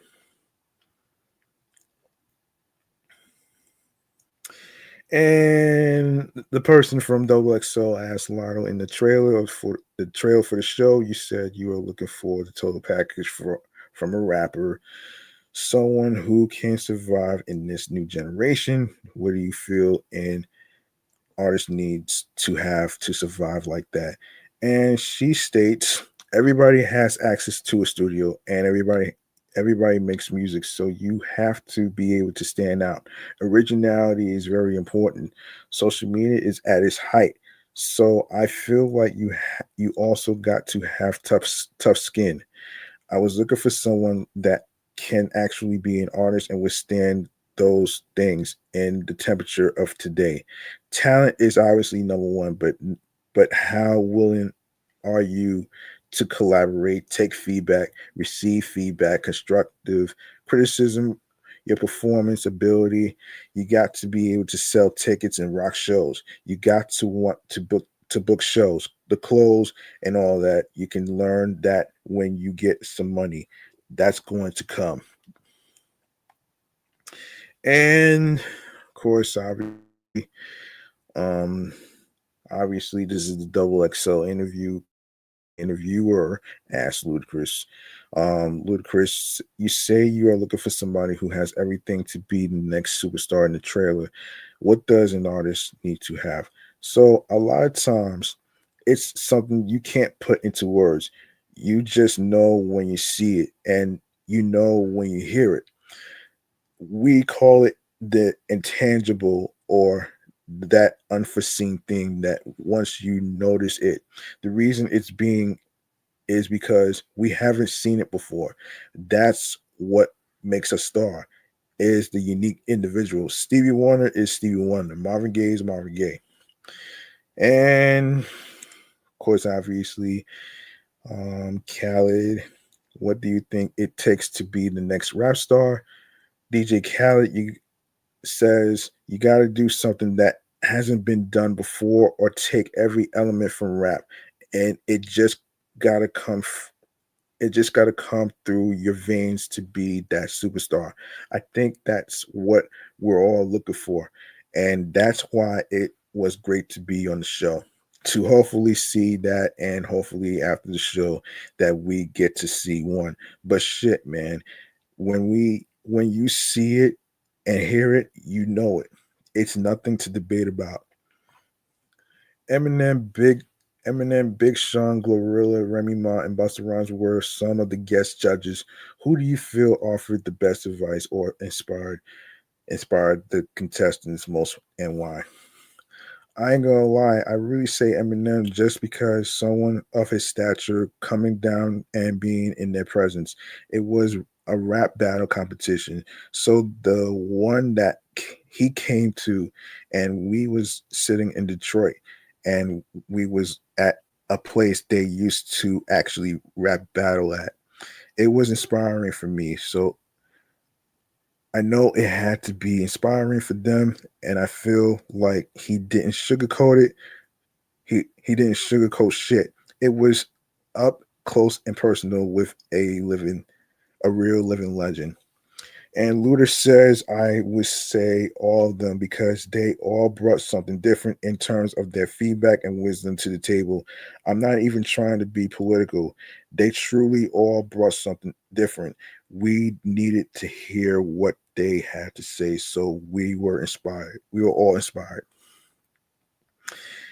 Um, another question by the Double XL interviewer says, in what ways does rhythm and flow highlight the talent of rappers in the competition? They had some good challenges, as Lyle states. They got to do their own artwork behind them, like the screen content for their performances. They directed their own photo shoots. We did ciphers, we did battle raps. The auditions were fun. They just performed their original stuff, and then as we got deeper, they were making songs and stuff on the spot. It gets crazy. So it gets crazy. DJ Khaled says, besides just the rap and the skill, you also had a chance to do art direction.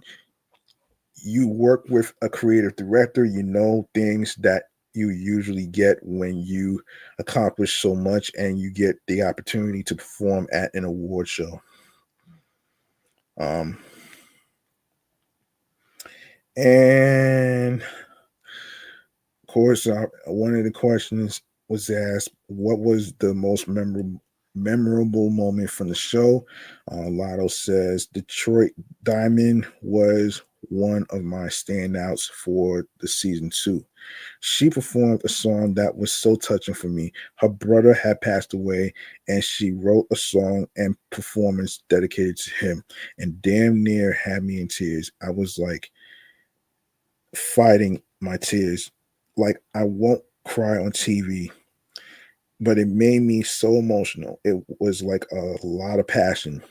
And DJ Khaled says probably the finale, just from going backstage and hitting the chairs and the passion and how everybody cared and trying to make sure we made the right decision. But I kept telling everybody, everybody won, so whatever happens, it's a blessing. Of course, Luda says, man, I had a lot of favorite moments, but I would say when they had to be on teams together and present something, it was very difficult to pick someone who was your competition, and you all getting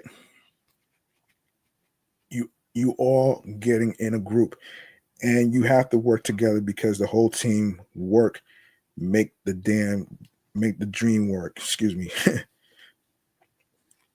The whole teamwork make the dream work. You could see the ones that did not want to be a part of that and didn't work together, and it wasn't cohesive in the groups. You could see the ones that were able to adjust from being solo in order to be on a team. So yeah. There you go right there.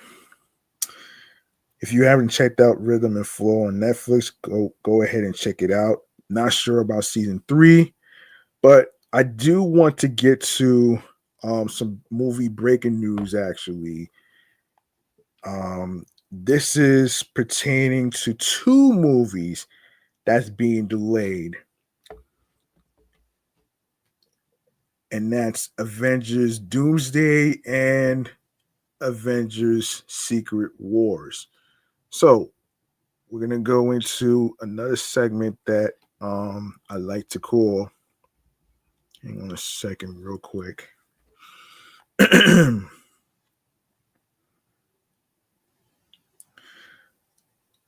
All right. Segment that I like to call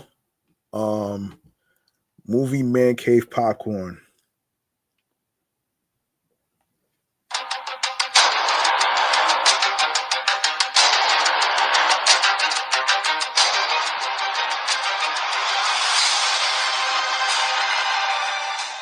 All right, we got some breaking movie news in regards to two Avengers movies that's been delayed, and that's Avengers Doomsday and Avengers Secret Wars.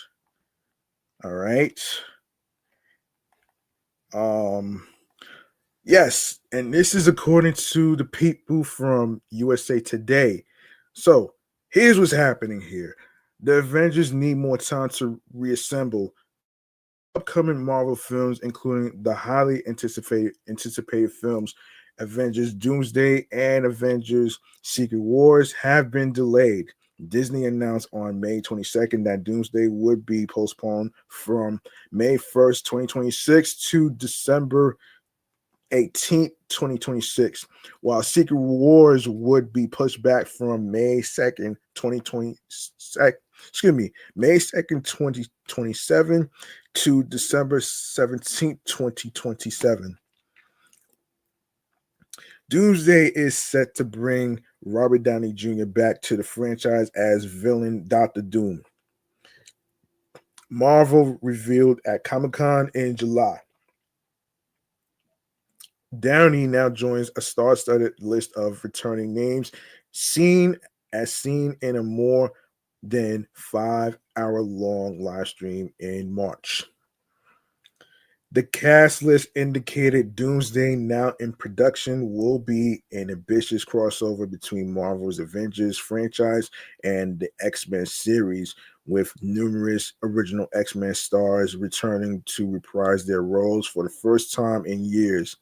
But the stacked cast includes actors from virtually every corner of the Marvel world, from the Fantastic Four to the Thunderbolts and everyone in between. Damn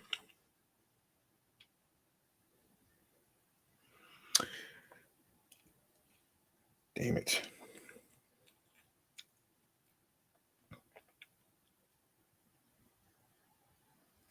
The cast so far includes Channing Tatum, Chris Hemsworth, Tom Hiddleston, Patrick Stewart, Ian McKellen, Alan Cumming, Alan Cumming, Rebecca Romaine, James Marston, Kelsey Grammer, Vanessa Kirby, Ebon Moss Backrack, Joseph Quinn, Pedro Pascal, Simu Liu, Anthony Mackie, Sebastian Stan, Letitia Wright, Tanat Huerta, Mejia, Winston Duke, Paul Rudd, Danny Ramirez, Wyatt Russell, Florence Pugh, David Harbour, Hannah John Kamen, and Lewis Pullman. Reports previously indicated Captain America actor Chris Evans would be returning for Doomsday, but he was absent from the announcement stream. Other Marvel stars notably missing from the list included Ryan Reynolds and Hugh Jackman.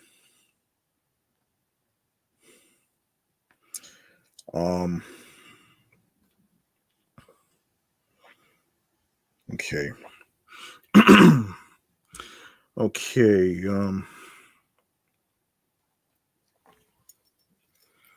Hugh Jackman.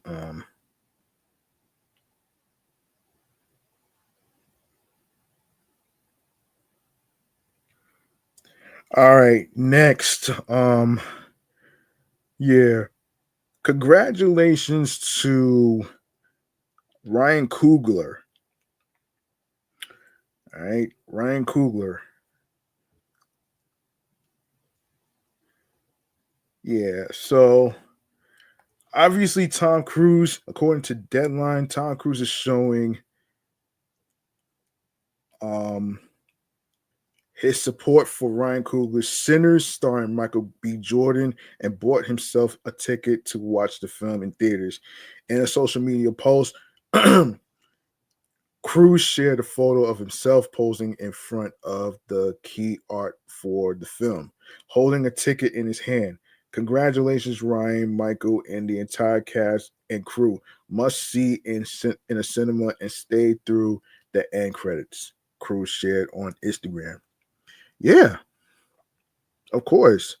So Sinners have captivated audiences and have made the horror film into a box office hit.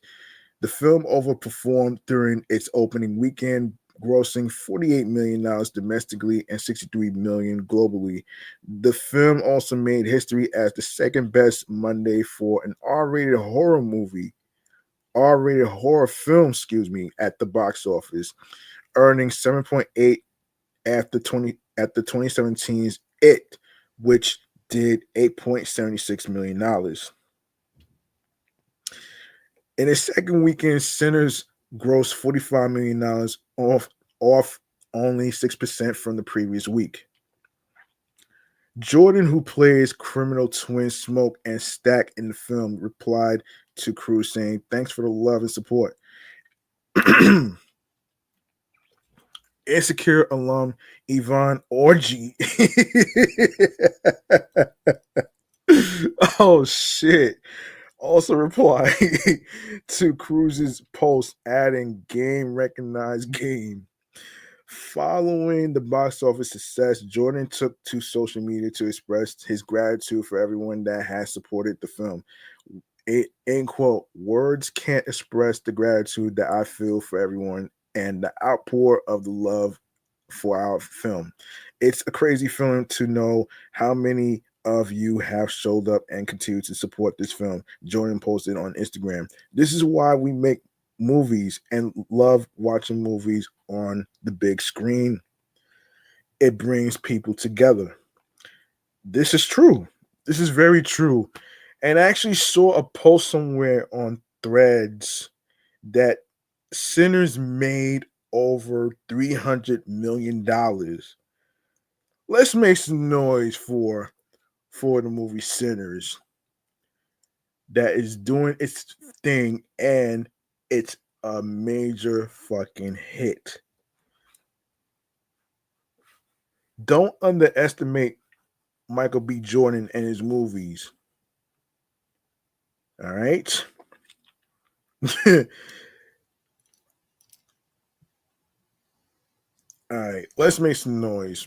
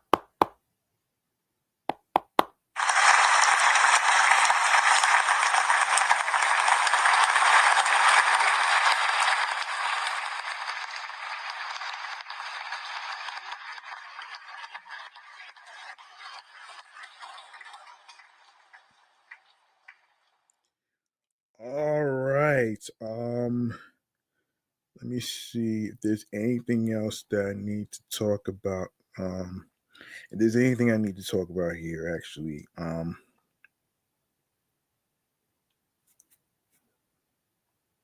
me see.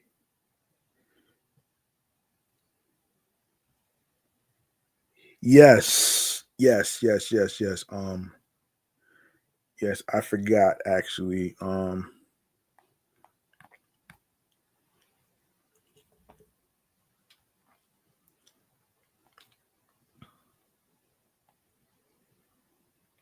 Let me see. It's not Memorial Day related, but let me see.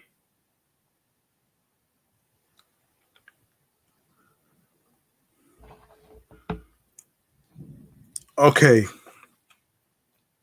I haven't done this in a while actually. I have not done this in a while, so I want to actually dedicate this next segment to the fun activities to do for the week.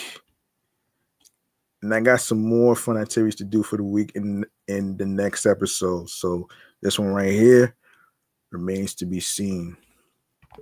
Let's do this.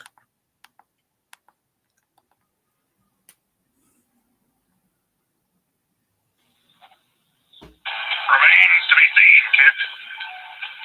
Get it? Remains to be seen. Are you looking for some fun activities to do for the week or weekend? I got you with a whole list of things to do actually. Despite the fact that today's Memorial Day and stuff, that doesn't mean I can't cover some fun activities to do for the week with you folks out there. And if you are from places like Paris, Chicago, Los Angeles, and the different 5 boroughs of New York, and you're looking for you're looking for some fun activities to do, you can check out Timeout. You can check out the Timeout website. I will put it on there as I'm gathering some stuff here. So let me look for that website. Let me look for that website. Let me put it up here. So I'm going to start off with Manhattan Hinge. So Manhattan Hinge is back. It's a special time when pedestrian traffic slows and everyone's temporarily aware of their surroundings to observe the gorgeous natural occurrence. Manhattan Hinge is an incredibly beautiful event that happens when the setting sun perfectly aligns with Manhattan's east-west grid. See full sun on the grid on Thursday, May 29th at 8:12 p.m. Eastern and Friday, July 11th at 8:20 p.m. As for half sun options, you can see that on Wednesday, May 28th at 8:13 Eastern and Saturday, July 12th at 8:22 p.m. And of course,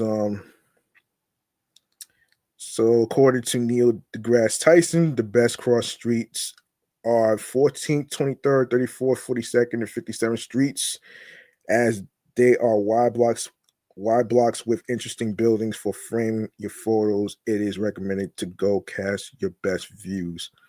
And of course, if you are in the mood for some exercising like yoga, New York's ultimate open air yoga studio is back. Bryant Park just announced the return of its wildly popular free yoga series with sessions running from May 28th through September 17th.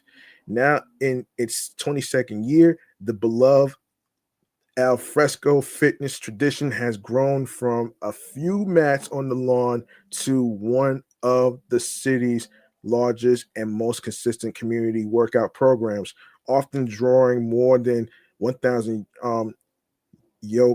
yogis per class, led by over 30 of the region's top instructors. Each session offers a fresh flow, welcoming all skill levels and ages. Classes take place twice a week, Tuesdays at 10 on the upper terrace and Wednesdays at 6 p.m. on the lawn. Registration is required and spots go fast. So snag yours early and don't forget to BYO mat and water. Mats are not provided, and trust us, you don't want to be the one practicing on bare concrete while your neighbor nails a headstand. Excuse me. Let's see. Let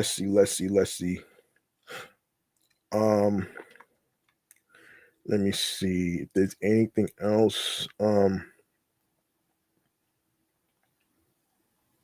If you ever walked down a Harlem block or past Fulton Street and thought, damn, that's a look, you already understand the heart of super fine tailoring black style. The Metropolitan Museum of Art, aka MoMA, Costume Institute's razor sharp spring exhibition that puts the precision, politics, and poetry of black menswear on full, unapologetic display. The exhibition is more than a fashion retrospective. It's a sensory experience that feels like stepping into someone's memory, someone's vision, someone's mirror. And of course, super fine tailoring black style is now on view at the Met Fifth Avenue now through October 26th. So go check it out.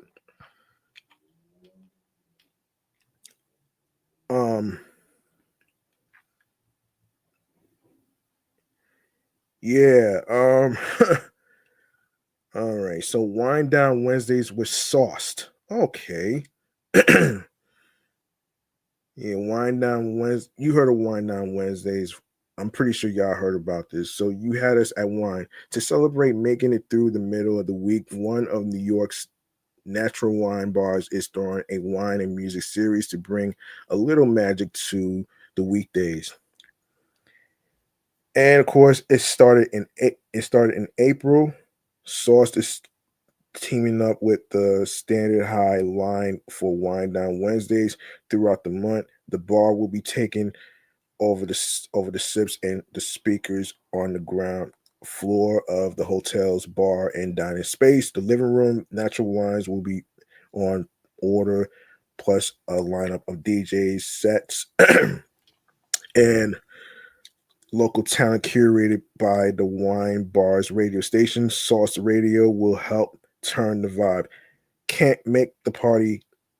Can't make the party. Catch the full set the following week on the radio channel so you can get in on the fun. And obviously, so the dates comes as it already starts. So it started already. So if you missed out on April 16th and May 7th, you have another chance to check it out this Wednesday, May 28th, from 7 p.m. to 10 p.m. Seats are first come, first served, but there is plenty of standing room. But to guarantee a spot, you have to reserve your spot on Reese. All right.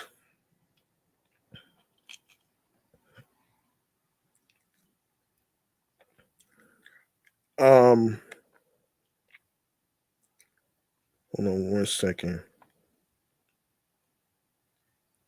Hold on one second. I'm gonna save that actually.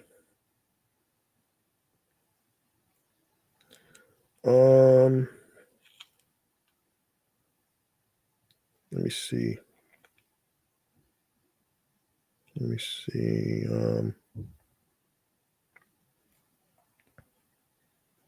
You know what?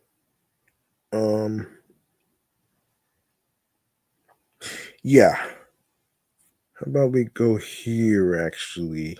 Okay, rooftop at Pier 17 concerts. Okay. So one of the best live music venues in the city has announced its summer concert schedule. Here's what's coming to the rooftop at Pier 17 this May. Of course, May 28th is May Day Parade, and Friday is Jet. May 31st is a Saturday, Ben Harper and the Innocent Criminals. You can purchase your tickets here or in person at the AXS box office at Pier 17. It's also a rooftop cinema club that takes place that take movie going to a whole new level. Literally, this rooftop film series at a Midtown skyscraper offers stunning views and an impressive lineup of films. In addition to the movie magic, the venue also offers movie snacks, a full bar, and cute photo ops. The season features movies that will appeal to 90s kids, a Grease sing-along, Pride films, Wine Wednesdays, and a lot more when the 2025 calendar opens in May. Of course, you're gonna see here's the list, a full list of what's coming to rooftop cinema clubs big screen. So you want to actually take a look for yourselves right there. And whatever spots I didn't get a chance to talk about, I will cover that in the next episode. So and like I said, man, if you're looking for some fun activities to do for the week or weekend, whatever it may be, if you are from Paris, if you are from Chicago, Los Angeles, and the 5 boroughs of New York, even Long Island, and you're looking for some fun stuff to do, check out the website right here that I have on the screen right here, www.timeout.com. That's www.timeout.com. gmail.com. I think I'm going to wrap up here, man. I'm going to wrap up here.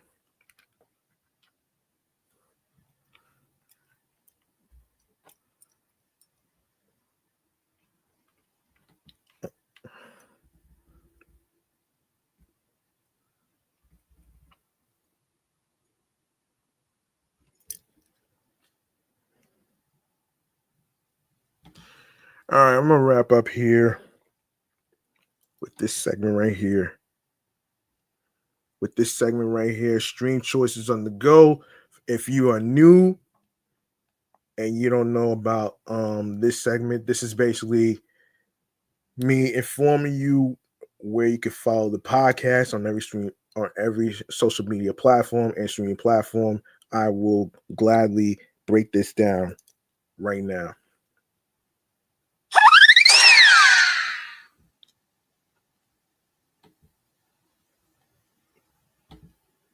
Yes, make sure you follow Off the Meat Rat Chainz New York Avenue podcast on Bluesky Social, alongside with Facebook, Threads, and Instagram. And the same goes with the other podcast shows that I do, which is my Sports Edition show, Excellent Fun Vibrant Talks podcast, and of course my entertainment review show, Meticulous Vibe Juice podcast, along with myself, G Money Stacks 555 in Queens, New York. 3 of the podcasts is also on Threads, as well as other streaming platforms as other social media platforms that I just mentioned. Yes, G Money Stacks 555. If you go to the link in bio, you're gonna see a whole list of streaming platforms that you can actually look into. I am going to actually pull it up. But there's certain links I had to actually I had to make some changes. I had to make some changes to the Linktree links. So yeah. Yeah, Linktree / G Money Stacks 555. You're gonna see Odyssey, Audible, Audioburst, Amazon Music, Apple Podcasts, Good Pods, Castbox FM, Deezer, Listen Notes, Moon FM Podcast, Overhaul FM Podcast, Player FM, Pocket Cast, Podo Polo, Podorama Podcast Index, Podcast Addict, Podchaser, Podverse, Podcast Guru, and of course, like I said, the newly added streaming platform is Podcatcher, Snip, Spotify for creators. You can also comment on Spotify for creators as well. And of course, Tune In, Fountain, iHeartRadio, the #1 app where you can listen to your favorite music artists in hip hop, rap, R&B, radio stations, and of course podcast shows and episodes for free. You don't need a credit card or debit card to download iHeartRadio. All you need to do is follow the podcast by subscribing iHeartRadio and other streaming platforms that I just mentioned. Of course, be sure to do the same make sure you subscribe on the YouTube channel page of G Money Stacks 555 for more live video podcast episode, live stream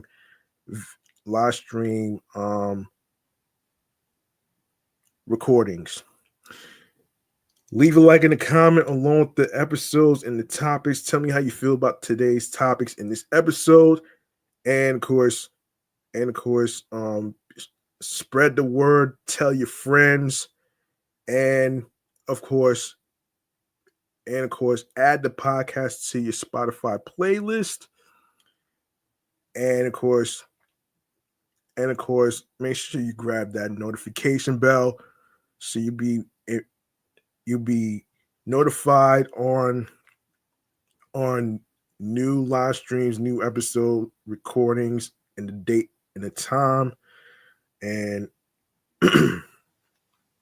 and of course, and because share the Linktree link with your husbands, your wives, your boyfriends, girlfriends, the people you're cool with from work, and of course, to know that new episodes will be dropping Mondays, Wednesdays, and Fridays. All right.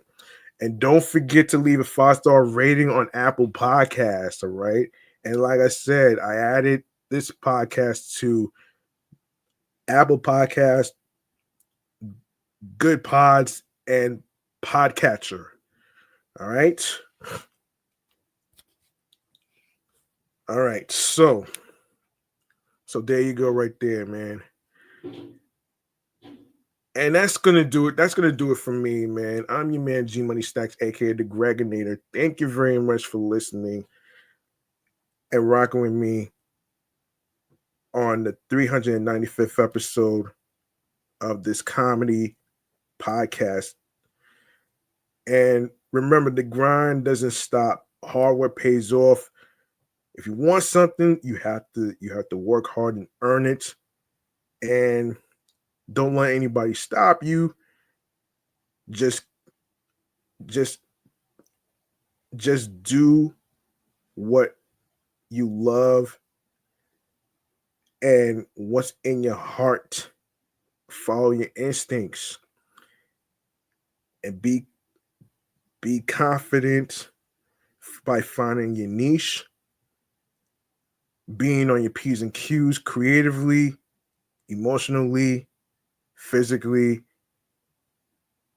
and spiritually. That gets you into your zone alongside with tunnel vision. All right.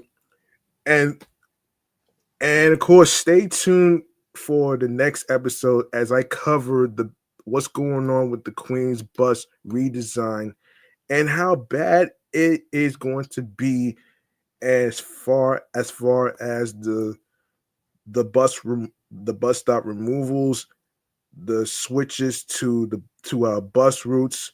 If you are living in the different areas of Queens, especially Rosedale, Hook Creek, Green Acres, and Valley Stream, Rosedale, and you're wondering what's going on with the Q5 situation, the limited Q5, and you know, why is it being replaced? And I actually previously talked about this to say how stupid it is to replace the Q5 limited bus with 2 new bus routes that nobody fucking asked for. You want to know about it? You have to stay tuned. You have to tune in next time as I cover the removal of bus stops in certain streets and the concerns as far as the bus routes and stuff. I know I have concerns as far as like the disabled people who are not going to be able to walk more than 2 blocks to catch a bus. All that stuff is going to be discussed in the next episode. So stay tuned. I'm about to be out of here and refresh. And I hope y'all enjoyed your Memorial Day weekend, your barbecues, all that great stuff right there, man. I'll see y'all on the flip side with more new topics, more new episodes, of course, segments. And of course, if you missed out on today's episode, don't worry. It's going to be uploaded to the YouTube channel page in a few minutes automatically. So peace and one love. Enjoy your Memorial Day. I'll see y'all next time. Be careful. Be safe out there. And good night.